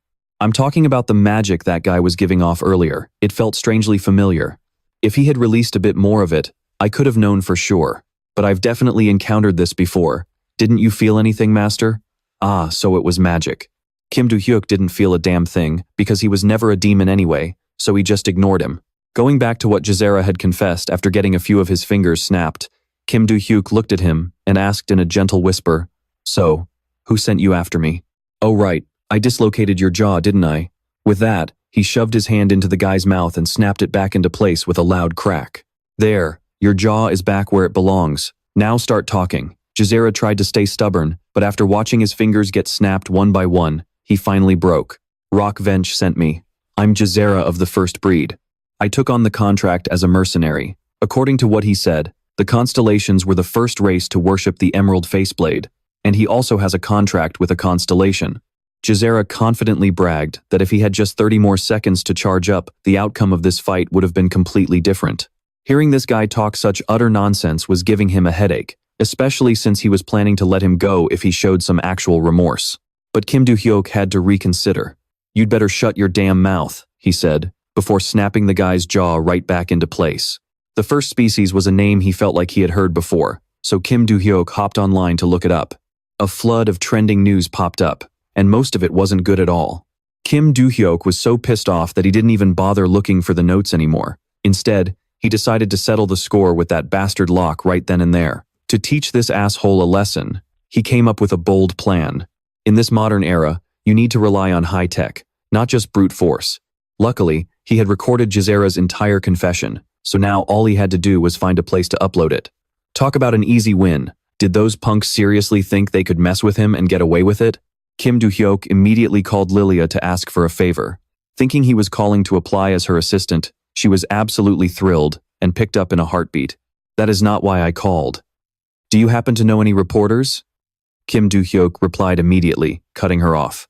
The very next day, news about the Venchik family plotting to murder a student at Valhalla shot straight to the top of the search charts. The details were a bit exaggerated, but ultimately, the focus was entirely on the Venchik family and Locke. Netizens finally had some juicy drama to feast on, and they wouldn't stop talking about it. Looking at the chaos he had created, Kim Do-hyuk smiled with pure satisfaction. This is what modern warfare looks like. Even Watcher had to praise him, remarking that for someone who came from 3 years ago, his adaptation to modern culture was lightning fast. Back when he first reincarnated, Kim Do-hyuk struggled quite a bit, but he focused on adapting by browsing online forums and keeping up with the news, which was how he became so tech-savvy. After reading through the newly published articles, Kim Do-hyuk sighed in disappointment. What a shame. I only wanted to target Locke, but all these reporters decided to go after the entire Venchik family instead. However, he didn't expect that this would force the head of the family to hold a press conference and issue a public apology. In front of the cameras, she put on a sincere face, but dismissed all charges and refused to take any personal responsibility. She simply expressed remorse and promised to visit and apologize to the victim in person, offering no further explanation. As Locke watched the news, his face turned pale with fear. Right at that moment, his father called to inform him that he had to return to England immediately under strict orders from the family. The next day, in exchange for a reduced prison sentence of just 5 years, Sarah sold himself out and took the fall as the mastermind instead of that other bastard.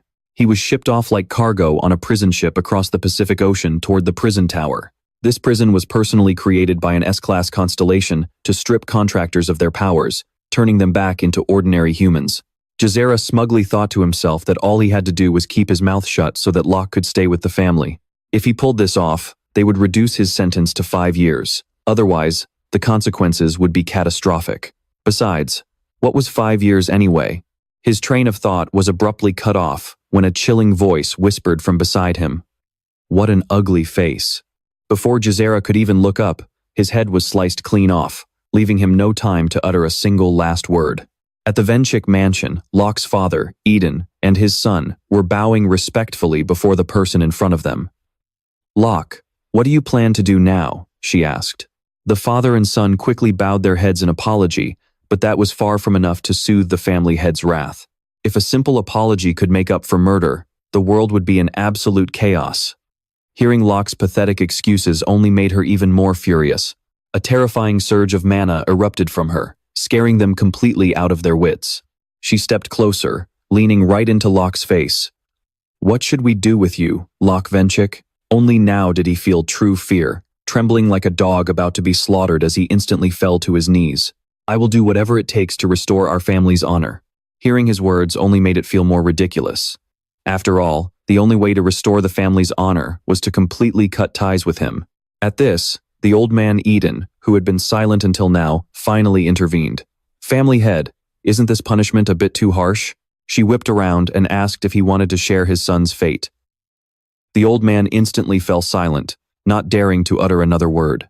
Right now, she wanted nothing more than to execute them or cut ties with them immediately, but doing so would be as good as admitting they were indeed the masterminds.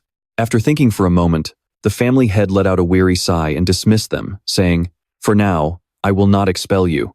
Go back to Valhalla and keep your mouth shut. Once I meet with Kim Do-hyuk, I will reconsider. Now, leave my sight." Even though he was spared for now, Locke wasn't stupid. He knew that he would eventually be cast out anyway. It was only because the media was watching that she couldn't make a move yet. So, Before that happened, he had to do something, especially since nothing was holding him back anymore. Loki looked over at his father and said, "Dad, you have to help me with this too." Of course, the old man had always spoiled his golden boy, so he didn't even need to ask. He just warned him to keep things on the down low, no matter what. Talk about like father, like son, they were both completely rotten to the core. A few days later, at Valhalla Academy, when Kim Joo-hyuk heard that the head of the Bentrick family was coming in person to apologize, he found it incredibly annoying and didn't want to meet them at all. But in the end, after some coaxing from his advisor, and because they were the biggest donors pouring cash into the academy, he reluctantly agreed. She walked in looking super elegant and aristocratic, but Kim Joo-hyuk couldn't care less. "It is a pleasure to meet you, Kim Joo-hyuk. I am the head of the Bentrick family, Adelia Bentrick." Kim Joo-hyuk just gave a half-hearted, dismissive reply. "Yeah, nice to meet you too." They just stared at each other in awkward silence for a second. She was the first to break the ice. "We put out an official statement immediately after the attack, but unfortunately, neither the media nor the public is buying it. That is why I am here to talk to you. I want to give us an opportunity to clear up this little misunderstanding. Could you do us that favor, Kim Joo-hyuk?" Oh my gosh, the absolute nerve of this woman. She was talking as if her lies were actual facts. What a complete snake. No. Kim Joo-hyuk spit out that single word without even blinking. Why waste brain cells thinking about it anyway? Hoping to win him over, Adelia started throwing out all kinds of perks, promising full financial backing until graduation, securing a high-paying job right after, and basically paving his way to becoming one of South Korea's top hunters. Anyone else would be drooling at an offer like that, but our boy had standards, and he absolutely did not give a single care. Kim Joo-hyuk pointed right at her face and snapped back. "I don't need any rewards or handouts. I just want to watch all of you choke on the utter humiliation Loki dragged the Bentrick name through. That did it." Her high and mighty mask shattered instantly, revealing a twisted, ugly expression as she spat out. "You piece of trash. Who do you think you are talking to? I dragged myself all the way to this filthy academy just to make things easy for you. And you have the nerve to act smug? Maybe I should just end you right here and now. I tried to be generous and throw you a bone, and you have the audacity to throw it right back in my face?" Man, she really let her toxic side show. She thought she sounded tough, but Kim Joo-hyuk wasn't about to back down. He was a master of trash talk, a solid 10 out of 10, and nobody could beat him in an argument. "Didn't you just say the Bentrick family had absolutely nothing to do with the hit on me? You were willing to waste a ton of time and money on me just to keep that lie going, and now you want to kill me? Oh, and for the record, even if you did try to attack me, you couldn't kill me if you tried." Adelia was so furious, she looked ready to flip a table, but there was nothing she could do. She stormed out, but not before telling Kim Joo-hyuk he'd better watch his back. Once the dust settled, Barche let out a sigh and whined. "Master, did you really have to blow things out of proportion like that? I might be a constellation, but I really don't want to get dragged into this petty drama." Since Kim Joo-hyuk was already irritated, he gladly used Barche as a punching bag to blow off some steam. That is what you get for running your mouth when your master is in a bad mood. He chewed Barche out so hard, the poor guy couldn't even lift his head. Exhausted from dealing with these arrogant rich pricks, Kim Joo-hyuk decided to drag his tired body to the training room early. But when you are a magnet for drama, trouble finds you everywhere. The moment he reached the training room entrance, he ran right into the two Choi siblings having a massive fight. Eavesdropping from the sidelines, hearing Choi Jin-jeon insult Arin and try to force her to skip the entrance exam made his blood boil. He just couldn't stand by and watch. Kim Joo-hyuk jumped right into the argument, pointing his finger directly at the guy's face to assert dominance. "You are a real piece of work, you know that? How dare you try to force someone who has poured blood, sweat, and tears into training to just give up?" Out of nowhere, some random guy had popped up and started lecturing him. Choi Jin-jeon calmly asked who the hell he was, basically saying, "Do you even know who you are messing with?" But Kim Joo-hyuk did not give a single damn who his family was. If he didn't like you, you were getting a piece of his mind, and if this guy wanted a fight, he was ready to deliver. Seriously, what is it with arrogant jerks throwing around their cheap authority today? I don't care if you are a king, a CEO, or whatever. Keep your hands off this academy's grounds and stop bossing the students around. If you are done barking, get lost. Having delivered his speech, he turned to Choi Arin for backup. The girl, who had been standing there like a ghost, immediately nodded in total agreement. Getting scolded out of nowhere, Choi Jin-jeon decided he wasn't going to waste his breath. He stormed off in a huff, though he didn't leave without giving his little sister one final warning. You'll learn your lesson soon enough during the evaluation. For Choi Erin, it felt like she had just been thrown a lifeline. She immediately thanked Kim Joo-hyuk for stepping in to help her out. But as it turned out, Erin was way more unhinged than he expected. She told him that if she had been the one doing the talking, she wouldn't have just told him to get lost. She would have thrown in a classic "screw your mother" too. Before the words could even leave their mouth, he jumped in, cut them off, and dragged them straight to the training room for some brutal training. We've already wasted way too much time on that bastard anyway. A few days later, Kim Joo-hyuk packed his bags and headed to a hill near Sihyung to start his little treasure hunt. Curiously, the driver leaned in and whispered, "Haven't you already found plenty of artifacts and mana stones using your old records?" Clearly, the driver didn't realize that human greed is bottomless. Of course, Kim Joo-hyuk already had plenty, but he still wanted to find out what else was hidden in those remaining records. Besides, he had a hunch that some kind of miracle was hidden deep within them. If he could find it, he could overcome the major physical weaknesses of his current fragile body. Meanwhile, over at the Choijin clan, a massive crowd of journalists and reporters had gathered. They were all there because today was the day of the clan's selection exam. Inside, the clan leader, Choi Jun-sok, questioned his two children one last time just to be absolutely sure. As I announced before, the selection exam is about to begin. If you pass, you will be recognized as the heir to the clan. Fail, and you will be exiled. Are both of you ready? Their confident yes made him quite pleased. He went on to explain the rules. The task for this exam was to find a pair of twin blades hidden somewhere on the mountain. Whoever finds the twin blades and brings them back to me will be declared the winner of this exam. I don't care how you do it, but killing is strictly forbidden. Now, let the exam begin. As soon as the signal went off, Choi Erin dashed into the forest at full speed to search. Her brother, on the other hand, took his sweet time. He already had a dirty plan ready. All he had to do was wait for her to find the twin blades, then ambush her and steal them. It was the perfect plan, and the position of clan leader would be handed to him on a silver platter. Talk about a lazy parasite who wants all the rewards without doing any of the actual work. Wasting no time, he quickly put his dirty scheme into motion. While his little sister was sniffing around everywhere, completely exhausted but finally tracking down the location of the twin blades, her brother boldly showed up to ask some utterly useless questions. Busy tracking it down with mana traces? Who taught you that trick? Since Choi Erin was a good girl, she always answered when asked, and this time was no different. She simply replied, "Joo-hyuk," and drew her sword, ready for a solo showdown. Before this, her friend had taught her to relax her entire body and use her fingertips and toes to gently release her mana, then slowly spread that energy throughout her entire body until she could feel the mana existing even in the single strands of her hair. By sensing the mana slowly and steadily, she could even feel the energy radiating from those around her. Thanks to that, she could easily track the residual mana left on the ground or floating in the air. Talk about insane. She was basically a human police dog at this point. But thanks to Kim Joo-hyuk's training, she was steadily getting closer to her goal. The only problem was her bastard of a brother blocking her path. Hearing the name of the guy who had insulted him in the past, Choi Kang-woon let out a sneer, stepped closer to his sister, and spat. "Kim Joo-hyuk? Ah, I remember. Isn't he that shameless loser who was hanging around you before? That idiot actually has some talent?" It was one thing to insult her, but insulting Kim Joo-hyuk? This guy was practically begging for death. Choi Erin bit her lip and fired back. "He's way stronger than a pathetic loser like you. Why are you even here?" That completely touched a nerve. Choi Kang-woon smirked, drew his sword, and swung a heavy blow right at her. "Why do you think? This is exactly why I'm here." Thinking his little sister was still as weak as a snail, he put on a smug, arrogant face like he owned the place. But after only a few seconds of acting tough, reality slapped him right in the face. Feeling the force of her parry, Choi Kang-woon was left in disbelief. Wait, she's not just blocking me, she's actually pushing me back? How the hell is this happening? Since when did she get this strong? Choi Erin launched a relentless barrage of attacks, swinging her sword effortlessly without showing any signs of fatigue.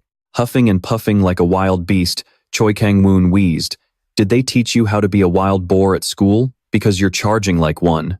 Choi Erin couldn't care less. Those petty insults didn't faze her pure heart one bit. She instantly fired back. Just give up on the twin blades already. Now, he was absolutely furious. Getting completely overwhelmed by a girl, and then being told to surrender? No way in hell any guy could stomach that. Boiling with rage, Choi Kang-woon kicked off the ground and lunged straight at her. Reading his movements perfectly, Choi Arin spun her blade and slashed upward, throwing him completely off balance and sending him crashing to the dirt. Seizing the moment as his weapon flew from his hand, she flipped her hilt and rammed it hard into his stomach. Taking the full force of her combo, Choi Kang-woon was knocked flat on his back. Only then did she finally let out a sigh of relief. She had been confident she could land at least one solid hit, but she never expected it to be a devastating blow like that. With no time to waste, Choi Arin picked up her weapon and got ready to dash off to find the twin blades. "You didn't actually think you won, did you?" The voice calling out from behind made her freeze in her tracks. When she turned around, her brother was completely out of control, a pitch-black aura of mana swirling around his body. "You're so wicked. Have you actually gone demonic? Why would you do this?" As Choi Arin stared at him, demanding answers, Choi Kang-joon remained dead silent. Instead, he gripped his sword and lunged straight for her vital spot. Unable to react in time, Choi Arin took a brutal slash right across her stomach. It turned out he had joined a group called the One Believers, the third most dangerous villain syndicate in the world, which explained his terrifying new power. Clutching her bleeding wound, she looked up at her brother, her eyes filled with curiosity. Is joining them really that much better? What about your own life? It was a question so foolish, it made him burst out laughing. Resting his sword on his shoulder, Choi Kang-joon gave her a brutally honest answer. "Listen, I want absolute strength and ultimate power. I want to transcend petty human needs and have everything." He then went on a rant, whining about the burden of being the eldest son of the Choi Jin clan, always forced to be the flawless, perfect role model. The only reason he even stayed with the clan was because of the old man's constant surveillance, and his ultimate goal was to seize the title of clan head. On top of that, the entry requirement for the One Believers was the clan's relic, the twin blades. If Choi Arin's older sister hadn't participated in the very first selection tournament 10 years ago, he would have had his hands on that relic by now. He was only 12 years old back then, so he couldn't control his greed. Before going after the twin blades, he ruthlessly murdered her up on the mountain. But life is never that simple. He still couldn't find the relic, ended up severely injured, and completely failed the test. But now that he is all grown up, he won't let any more mistakes happen. Gripping his sword with a twisted, ecstatic grin, Choi Kang-joon sneered, "Say hello to your sister for me." Choi Arin could only sit there helplessly, waiting for death to claim her. After all, she didn't have an ounce of strength left to fight back. But as the saying goes, it is not over until the fat lady sings, and you are not in the grave just yet. At that absolute critical moment, just as he was about to deliver the killing blow, Kim Joo-hyuk appeared like a savior out of nowhere, blocking the blade in the nick of time. He glared at him and demanded, "What the hell do you think you're doing? What kind of psycho points a sword at his own sister's throat?" Before the words could even settle, Choi Kang-joon took a brutal kick that sent him flying several yards away. It turned out Kim Joo-hyuk had come here looking for treasure, and since the treasure happened to be right in this spot, he was able to step in and save the day. Otherwise, Choi Arin would only be visiting her family twice a month, as a ghost. Enraged by the sudden interruption, Choi Kang-joon lost his mind, screaming as he charged, "This is family business, so get the hell out of here." But despite his big mouth, his slash missed by a mile. Instead, he was met with a relentless barrage of attacks from Kim Joo-hyuk and collapsed instantly. You'd think that was the end of it, but no, the bastard actually managed to drag himself back up. As Choi Kang-joon slowly rose to his feet, a massive surge of demonic energy erupted from his sword, enveloping him. Now completely consumed by bloodlust, with his mind filled with nothing but murder, he lunged straight at his opponent to attack. "You bastard. You're just a first-year student at Valhalla Academy. Did you really think you could beat the leader of a criminal syndicate?" He shrieked with rage, throwing every ounce of his strength into the charge. But Kim Joo-hyuk was no pushover either. Despite the magic-infused sword swinging at him, Kim Joo-hyuk dodged effortlessly, and even turned the tables to completely wreck the self-proclaimed leader. Realizing he had no other option left, the guy pulled out a strange stone from his pocket and swallowed it whole. It turned out to be an artificial relic, containing the power of his contracted constellation.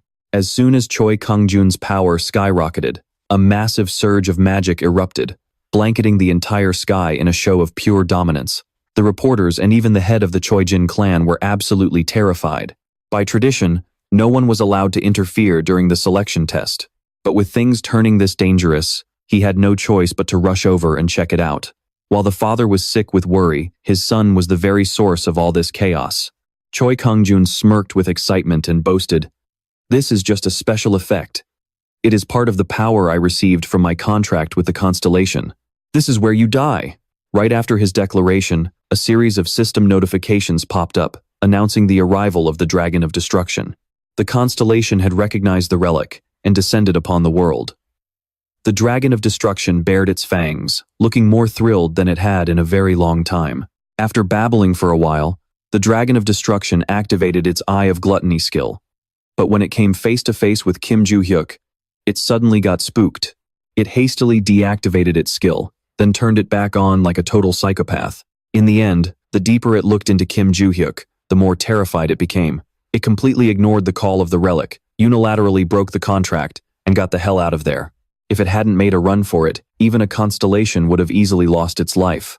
Seeing the guy standing there in a daze, Kim Joo-hyuk used the hilt of his sword to give him a nice little bonus strike.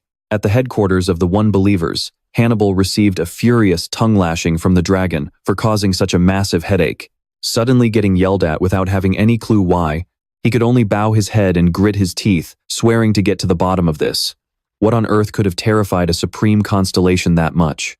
After finding exactly what he came for, Kim Joo-hyuk headed back to his dorm room. Holding the Divine Martial Arts Manual in his hands, he was absolutely thrilled, hugging and even sniffing it in pure bliss. This secret manual contained a special chi refining breathing technique that could boost a person's mana to an extremely high level. Bae asked out of curiosity, "Is it different from the technique you used in your past life, Master?" With great excitement, Kim Joo-hyuk replied that the breathing technique he used before was actually complete garbage. Back when he was weak, he had just bought a random book off the market, mastered it, and used it until the very end, so it was nothing impressive. Bae's jaw literally dropped upon hearing this. He had made it all the way to the top of the world using just some random book he bought on a whim. He leaves himself so wide open yet backs down so easily. If he ever got his hands on some top-tier gear, he'd probably slaughter the whole lot of them. Besides, before finding the divine martial arts, Kim Joo-hyuk was unable to change his breathing technique because his old method was already deeply ingrained in his system. That was why he lost the fight against Bakro. But not anymore. In this life, he is starting fresh with a brand new cultivation method. Kim Joo-hyuk let out a wicked smirk, mysteriously stroking the book. He already had his next move completely mapped out. He would put his physical training on hold for a bit, since he had to master the divine martial arts first. But just as he was happily planning this, his train of thought was abruptly interrupted by Bader. Bader curiously asked him if the outcome back on the mountain had turned out well.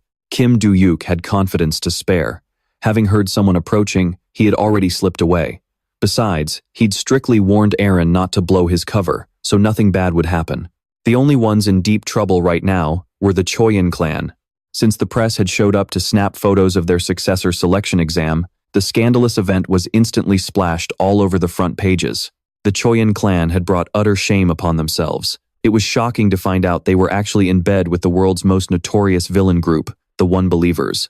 At least, that's what the reporters wrote, but that wasn't all. Aside from Choi Gang-eun being handed over to the police, the association also sent them a warning letter. But on the bright side, every cloud has a silver lining. Erin's injuries weren't too severe, and she was quickly taken in for treatment. A few articles even hailed her as a hero for taking down a member of the One Believers. The situation was messy, but the media seemed to be on their side. Seeing that the clan leader was still a bit anxious, a subordinate spoke up. "Isn't this a relief, sir?"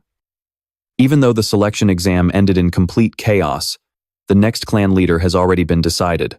These news reports will only solidify her position as the rightful successor. The patriarch had to admit he was right, but he still had lingering doubts about whether Irene had actually defeated Choi Gang-eun all by herself. A few days later, Aaron seemed to be recovering well from the incident. However, she couldn't continue training with Kim Joo-hyuk since her current physical condition wouldn't allow it. As for him, he was so busy sorting out his breathing techniques that he didn't have time to push himself to the limit anyway. While piecing the key details together, Bader recalled a small clue about the demonic energy that the Rockin' Kid and Gang-eun had used. The only problem was, he felt like a fog was still clouding his mind. He needed to figure out how to satisfy the second condition before this mental barrier could finally be lifted. The second condition, the vision of the Great Forest, was something Kim Joo-hyuk couldn't easily access. Under normal circumstances, he would only be allowed to go there during the final exams. While he was frustratingly scratching his head, trying to figure out how to find this vision of the Great Forest, his professor suddenly summoned him to the office. Specifically, there was an inter-academy competition scheduled for next month. The school was putting together a representative roster and decided to pick the top scorers from the recent midterm exams. Naturally, Kim Do-hyuk couldn't escape his fate of being sent out as cannon fodder. Before the professor could even ask, Kim Do-hyuk casually shot him down, saying, "I refuse." Kim Lee-gun felt completely embarrassed, but kept his cool, staring back at him as he replied, "I haven't even gotten to the most important part yet." With a mountain of tasks waiting for him, the last thing Kim Do-hyuk wanted was to sit here listening to his rambling, so he urged him to spit it out. The three largest hunter academies in the world, including Valhalla of South Korea, White Lotus of China, and Vanguard of America, will each select freshman representatives to compete against one another. The competition features duels, labyrinth escapes, and several other events. It sounded like a massive headache. Kim Do-hyuk yawned repeatedly, waiting for the good part that seemed like it would never come. Just as he was about to reject him again, the professor put on a mysterious look and said, "But don't you need to get to the vision of the Great Forest as soon as possible?" That single question instantly changed Kim Do-hyuk's attitude, making him eagerly wait for the man to go on. Exactly. That's where the final exam will take place, and the inter-academy competition will be hosted there too. Basically, it's no different from the final exam itself. And of course, anyone who clears it will be exempt from finals. Well, that sounded enticing. If only he had led with that, it would have saved them both a lot of time. With this offer on the table, Kim Do-hyuk naturally agreed to join without hesitation. Meanwhile, over in the United Kingdom, the head of the Vench family, Adelia, was questioning her servant about their ongoing plans and the whereabouts of the Rocken family. Their family affairs were running smoothly, but the gossiping servant brought her some rather shocking news from the outside world. Rumor has it they are building a structure entirely out of paper receipts in the market. To put it bluntly, without the sugarcoating, they were building it with cold, hard cash. And according to his source, Brackett was the one directly in charge of the project. Though, to be fair, even Brackett had absolutely no clue what the hell his constellation was trying to pull. All the constellation said was that it was a gift meant for a certain someone. On top of that, the constellation demanded that Brackett track down the person who sold the ring as quickly as possible. The next day, while Kim Lee-gun was working hard, head coach Lee Sang-chun approached and asked if the roster for the upcoming inter-academy competition was finalized. Kim Lee-gun nodded to show it was all set, then handed him the list of participants. Lee Sang-chun was taken aback to see Kim Do-hyuk's name on the list. He couldn't believe that arrogant punk had actually agreed to join. Noticing the coach's curiosity, Kim Lee-gun explained that the kid had initially refused, but the moment he found out it would take place in the eye of the Great Forest, he did a complete 180, flipping his stance faster than a pancake. Lee Sang-chun kept quiet, but deep down, he knew the kid must have some hidden agenda. As the head coach, he had the staff clear some time in their schedules so he could meet with the kids and give them a few quick pointers. All 5 selected students were present, including Oh Se-ah, Choi Ah-rin, Do Jung-jin, and Kim Joo-hyuk. With everyone accounted for, the instructor stepped in and got straight to the point. He explained that there were 3 main phases they had to complete. First up is a one-on-one duel between the students, just like during the entrance exam. The second phase is a team battle. The 5 academy members will form a squad to go head-to-head against other academies. But here's the twist. All 3 teams will fight at the exact same time. As for the final phase, it involves the eye of the Great Forest. Hearing the one thing he was actually after, Kim Do-hyuk immediately quieted down and perked his ears up, hanging on every single word. Lee Sang-chun gave a brief overview of the terrain. True to its name, the eye of the Great Forest is a massive labyrinth-like woodland dense with trees. This isn't your average forest. The gate is under heavy guard, locked down so tight that not even a fly could slip through. The only way in is through the main entrance, and everyone's specific mission will be handed out on the day of the trial. Since time was ticking, the instructor moved right along to explain the specific rules and format of the team battle. Once that was out of the way, they went straight into training. But right then, Kim Do-hyuk raised his hand with a question. "Instructor, is it okay if I train alone?" To his surprise, the instructor agreed on the spot and asked if anyone else wanted the same. Choi Ah-rin had already resolved to do whatever Kim Do-hyuk did, so she also requested to train on her own in peace. In fact, the only reason she even agreed to join the team was because he was in it. With everything settled, everyone quickly dispersed. Suddenly, Choi Ah-rin turned to Kim Joo-hyuk and asked, "Do you think I should even bother training?" Kim Joo-hyuk was a bit taken aback, but knowing her current physical condition, he offered her some solid advice. Meanwhile, a rather unusual thought was brewing in Choi Ah-rin's mind. She wanted to grow stronger alongside him, so she could help him achieve his goals just like he had helped her. A month later, on the first day of the inter-academy competition, the students of Valhalla gathered to cheer, absolutely buzzing with excitement. Among them was Lokdil Ventrik, who had shown up to enjoy the show. He had secretly used his father's money to hire a group of assassins to take out Kim Joo-hyuk. They were the Samson trio from I Ninja, a veteran three-man hit squad that had never failed a single mission. But that was then. Going up against Kim Joo-hyuk now was going to be a completely different story. They planned to eliminate him on the third day of the competition inside the Eye of the Great Forest by sneaking in disguised as another participant. They had inside intel that for that specific phase, only surveillance cameras would be monitoring, and not a single judge would set foot inside the forest.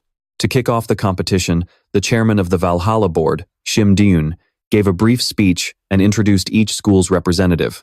Looking down at the kids below, head coach Lee Song-chun felt a wave of unease wash over him. Just as he was lost in thought, he was suddenly interrupted by Jack Robert, a veteran guide. The moment Jack saw his colleague, he smugly mocked them for placing third last year, completely ignoring the fact that his own school hadn't done any better. But Jack confidently boasted that this year would be different, because this time they had the son of the master contractor, Logan J. He was the son of the legendary Logan. The kid had formed a contract with the destroyer of all things, and although he wasn't quite at his father's level yet, he could easily crush a fully grown contractor in a heartbeat. Lee Song-chun just gave a cold grunt and told his old pal that he'd understand that reaction soon enough once he watched this match. The very first match was between Valhalla's Kim Joo-hyuk and Heroes' Logan J. The rules were simple. Whoever knocked out their opponent first would take the win. Even if someone landed a blow on a vital spot with a weapon, the arena's defense system would automatically absorb the impact. Instead, it would deliver a painful shock to the target, so fighters could unleash hell without any outside interference. Since Kim Joo-hyuk spent most of his classes sleeping, he was pretty clueless and wondered why they even needed a safety system here. A classmate quickly explained to our clueless hero that they needed to stay in fighting shape through day 1 and day 2, just to make it to day 3. Right then, the starting signal rang out. Kim Joo-hyuk lunged forward to strike first, but his punch was easily blocked. His opponent looked down on him with sheer disdain and asked mockingly, "You think you're hot stuff, don't you?" Kim Joo-hyuk gave a polite, fleeting smile before his face went stone cold as he spat back a blatant challenge. "But how long do you think you can take my hits?" With that, he wound up his fist and buried a brutal punch right into the guy's gut. Reeling back while clutching his stomach, he quickly regained his footing and seized the momentum to charge right back in with a devastating destroyer move. Barely losing a few strands of hair, Kim Joo-hyuk quickly dodged to the side, whipped his leg up, and delivered a brutal, merciless kick straight into his opponent. "What the hell are you doing?" he asked. Logan clutched his stomach, struggling to stand. Even though he'd only taken 2 hits, he felt like he was about to pass out. But Logan still had an ace up his sleeve. Crouching low, he shattered the arena floor with sheer force, before sending debris flying everywhere with a quick kick. It turned out he was planning to use the debris as a barrier to launch a surprise attack from the shadows. But with Kim Joo-hyuk's hawk-like vision, there was no way he'd miss a damn thing. In no time at all, he spotted Logan through the dust and rubble, delivering a devastating blow right to his face.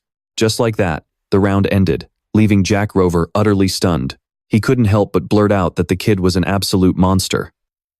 After that, the matches continued. Kim Joo-hyuk completely dominated the arena, winning match after match without getting a single scratch. Finally, in the championship match, his opponent turned out to be none other than Choi Ah-rin. Since her family was swimming in cash and didn't need the scholarship, she was actually planning to forfeit.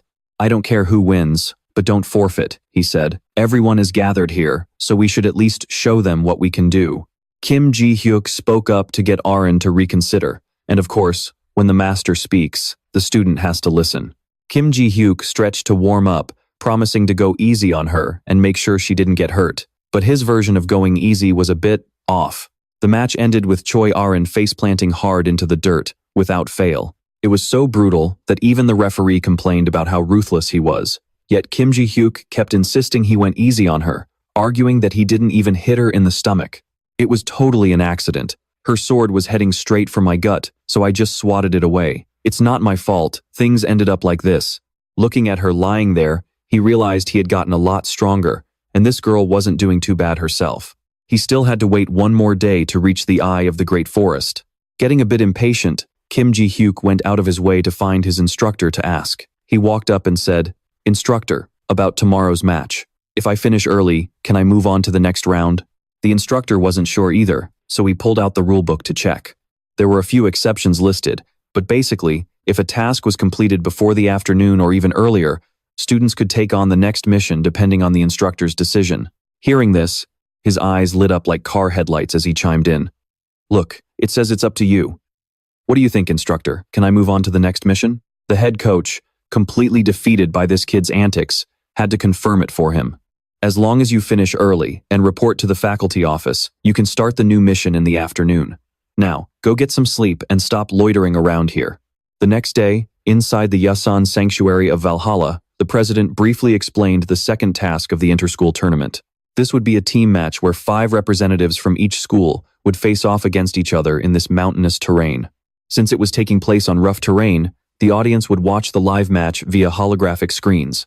With only a few minutes left before the start of the exam, Kim Ji-hyuk still hadn't shown his face, leaving the entire team quite anxious.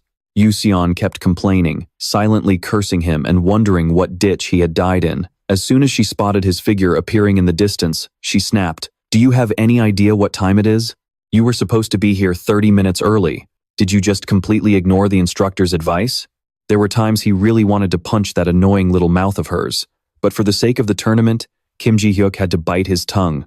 Scratching his head, he apologized and said he would take care of everything himself. Yoo Seon immediately objected, pointing out that this was a team game, not a solo exam. Then she went on pointing fingers and lecturing him. But knowing she had a serious short fuse, Kim Ji-hyuk didn't bother arguing. Instead, he turned to the others and asked if anyone else had any objections. Choi Arin suddenly raised her hand and asked to tag along with him. Yoo Seon almost celebrated, thinking Arin was objecting, only to have her hopes immediately crushed. As a result, a frustrated Yoo Seon could only stand there screaming in anger, leaving Kim Ji-hyuk to solo the match on his own. Before the exam started, he turned back and told her to keep her mouth shut because she was being way too annoying, especially since he had to prepare for his trip to the Eye of the Forest in the afternoon. The announcement to start immediately rang out. It didn't take long for Kim Ji-hyuk to hunt down the White Lotus team and show them some tough love with a few loving sword strikes. In just a matter of minutes, he eliminated the entire team early, so they could go get some rest. The announcement of White Lotus's elimination was quickly sent to all players. Logan read it, breaking into a cold sweat. It had only been 10 minutes. While he was lost in thought, his teammate snapped him back to reality by reporting that they sensed magic nearby. Strangely, it wasn't a group, but just a single person. Logan reacted instantly, directing everyone to take up defensive positions. The 2 vanguards raised their magic shields, while the mage prepared a buffing spell. The last member reinforced the shield, while Logan stood by, ready to strike. Everything was prepared so meticulously, as if they were about to face an entire army of elites. Insane. One of the team members, completely clueless, piped up to ask, "But there is only one of him. Do we seriously need to go all out with all this?" The ones who had faced Kim Ji-hyuk before immediately chimed in to explain that his power is way beyond any ordinary high schooler. While they were still on high alert, a team member suddenly reported that the magic barrier was starting to fade. Thinking they had already left, Logan let out a sigh of relief, completely unaware that Kim Ji-hyuk had been watching them from a tree branch the entire time.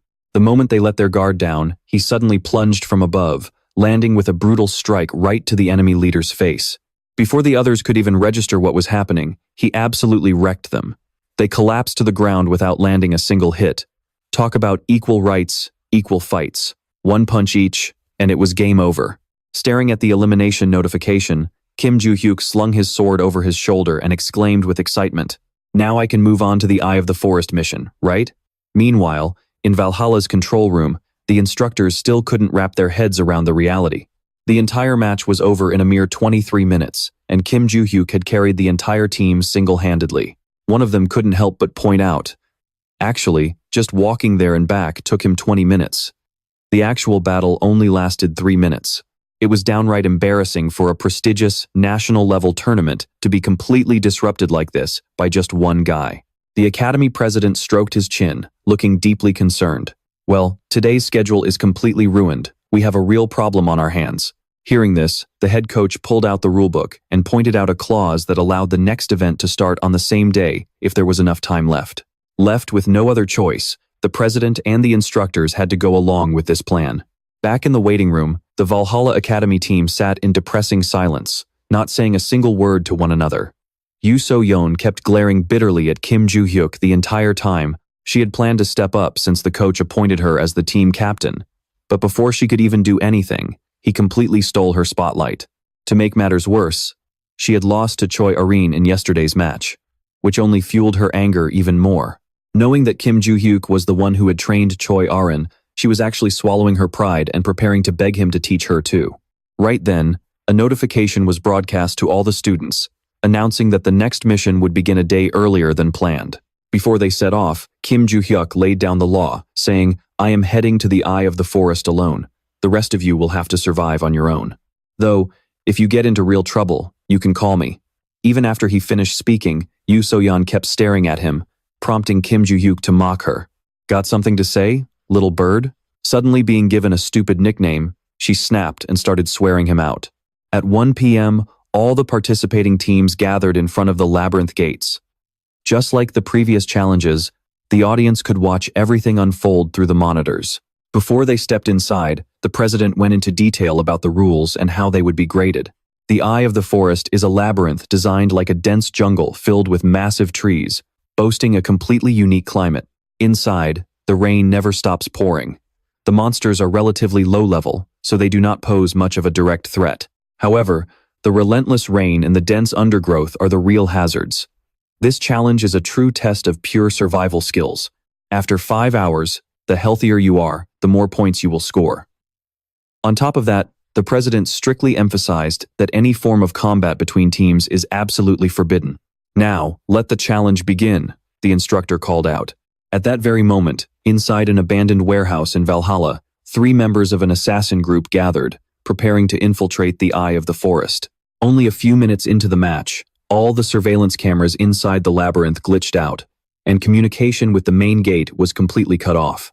The head coach realized this was a life-or-death situation for the students inside, so he urged the other instructors to enter the Eye of the Forest immediately for a rescue mission. But the moment they arrived, they were greeted by an absolute horror show. The guards were already dead, the entrance gate was completely demolished, and heavy debris blocked the path. It would take them at least an hour to clear the way inside. Meanwhile, before Logan could even react, and stabbed him right through the stomach. He was completely dumbfounded. How on earth did he sneak up behind him? And sneered, "Still clueless, are you? Look ahead of you. What the hell? Why are there 2 of them?" Logan went pale with shock. The clone in front smirked and drove another blade straight into his chest. This is called cloning. Logan didn't stand a single chance of fighting back. Lyra asked Anne if he had finished Logan off, but Anne replied that he wanted him to bleed out slowly for his own amusement. Just then, a red-haired girl suddenly emerged out of nowhere. Seeing another witness, Samson's group clicked their tongues and decided to just silence everyone. Anne told Lyra she just needed to use her concealment skill to cover their tracks. Lyra told him to stop playing around and just end it already. Anne gave a creepy laugh, saying he got it, and lunged straight at the red-haired girl. Meanwhile, Kim Joo-hyuk was gliding through the forest like a bird, searching for the great eye of the forest at Meg Arona's cottage, which could only be accessed if he possessed the divine sword. Is that so-called Meg Arona's cottage, the one right by the entrance? But that place was nothing but trees, with no sign of a house anywhere. Just as he was passing by, he spotted a blonde girl standing there, looking completely lost. The clone panicked and screamed, "No, don't." But of course, An wasn't about to stop just because of a little scream. With 3 students from the hero team already down, even the Samsan assassin squad was starting to struggle. Leah was completely sick of dealing with one person only for another witness to pop out of nowhere. Even Kim Do-hyuk was over it, finding the whole thing more annoying than fun. Right at that moment, the assassins spotted someone, the very target they were after. Well, look at that. Kim Do-hyuk, our target, delivered himself right to us. He probably heard the commotion earlier and came running. This is exactly why I didn't finish him off earlier. It is just too entertaining. Do-hyuk caught the word target in their conversation. Looking at the students lying stabbed and bleeding on the ground, he turned to the blonde girl and said, "I will handle these guys. You focus on stopping the bleeding for the injured first. They are still breathing." It was obvious the attacker intentionally avoided their vital spots to keep them from dying instantly. Either that, or he was deliberately torturing them by letting them bleed out. What a sick, twisted hobby. My mood is already in the gutter. So answer me, did you guys sneak in here? If so, I will end this quietly. An couldn't believe the words coming out of a mere high schooler's mouth. He was absolutely sure this kid had no idea what kind of deep trouble he was in, which was the only reason he was talking so big. Do-hyuk was completely cut off inside this maze. We destroyed the only entrance, and we even took down all the surveillance drones. So, will the instructors find out? Well, even if they do, it is not like they can just barge in here right away. Since the entrance is completely caved in, clearing out all those blocking boulders will take at least 1 hour. An seemed incredibly confident in the airtight plan they had executed. But to Do-hyuk, that 1 hour was the absolute maximum limit he would spend in the rain in this ridiculously massive forest just to hunt them down. An had no idea what the hell Do-hyuk was rambling about, but he was more than ready to send this kid straight to hell. He used that clone trick again, but strangely, his blade slammed straight into the dirt instead of skewering his target. As for where Do-hyuk had teleported, An had absolutely no clue. "You guys are officially dead meat." Before An could even process the words, Do-hyuk's sword slammed straight into the middle of his nose. Blood sprayed from his nose as he went flying, face-planting and sliding across the dirt. Leah was completely dumbfounded. While the two girls were still frozen in shock, Do-hyuk flashed behind them and delivered a clean, decisive blow to the back of each of their heads. Just like that, all 3 members of the Samsan assassin squad were utterly knocked out by Kim Do-hyuk, left face down in the dirt. "Hey, Blondie, hurry up and use your mana to stop the bleeding for these unconscious guys. If you can't handle it on your own, head west, there should be Valhalla students in that direction." Meanwhile, the blonde girl was doing everything she possibly could. Just then, An slowly regained consciousness. He looked over at his 2 unconscious teammates and panicked. Kim Do-hyuk immediately walked up to him, mocking how pathetic his crew was.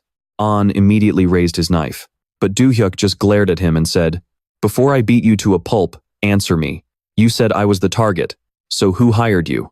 An might have been a villain, but he was a professional assassin with strict standards. There was absolutely no way he would leak his client's identity. This was the first time Kim Do-hyuk had run into someone this stubborn, which made things a bit tricky. An, on the other hand, had never met such an incredibly annoying guy like our main character, leaving him completely baffled. But now, he was ready to show his true power. Unfortunately for him, his clone skill was completely useless for pulling off a surprise attack on Do-hyuk. An was completely dumbfounded. The attack from his clone didn't leave a single trace, so he couldn't comprehend how this kid kept easily dodging them. "Why do you keep sneak attacking from behind like a total coward?" Do-hyuk mocked. An snapped back. "And why the hell should an assassin fight fair and square? Seriously, why does Do-hyuk keep aiming right for his nose? Is he trying to ruin any chance of the guy ever getting a nose job?" Despite the beatdown, Kim Do-hyuk stubbornly kept demanding to know who the client was. An fiercely refused to talk to protect his honor as an assassin. "Is that so?" Do-hyuk grinned. "Then I guess I will just keep beating you to my heart's content." Damn, at this rate, our main character looks like the actual bad guy here. By the time head coach Lee Sang-cheol arrived with reinforcements, the students had already gathered to treat each other's wounds. The scene left the instructors completely speechless. Instructor Jack was the first to react, rushing over to student Kang Logan in absolute worry. Fortunately, Logan had already been treated, so aside from his body being a bit stiff, he was out of danger. Jack Rover literally started shedding tears of pure relief. Instructor Lee scowled as he scanned the area, turning to ask the students what on earth had happened. Logan quickly explained that they had been ambushed by a group of villains. He described them as a group of 3, 1 guy, and 2 girls. Instantly guessing it was the Samsan squad, Lee Sang-cheol urgently asked where they were. Logan simply pointed to a tree nearby, where Leah and An were slumped over, completely unconscious. Turns out, Kim Do-hyuk had already taken care of all of them. Lee Sang-cheol could only stand there, completely dumbfounded.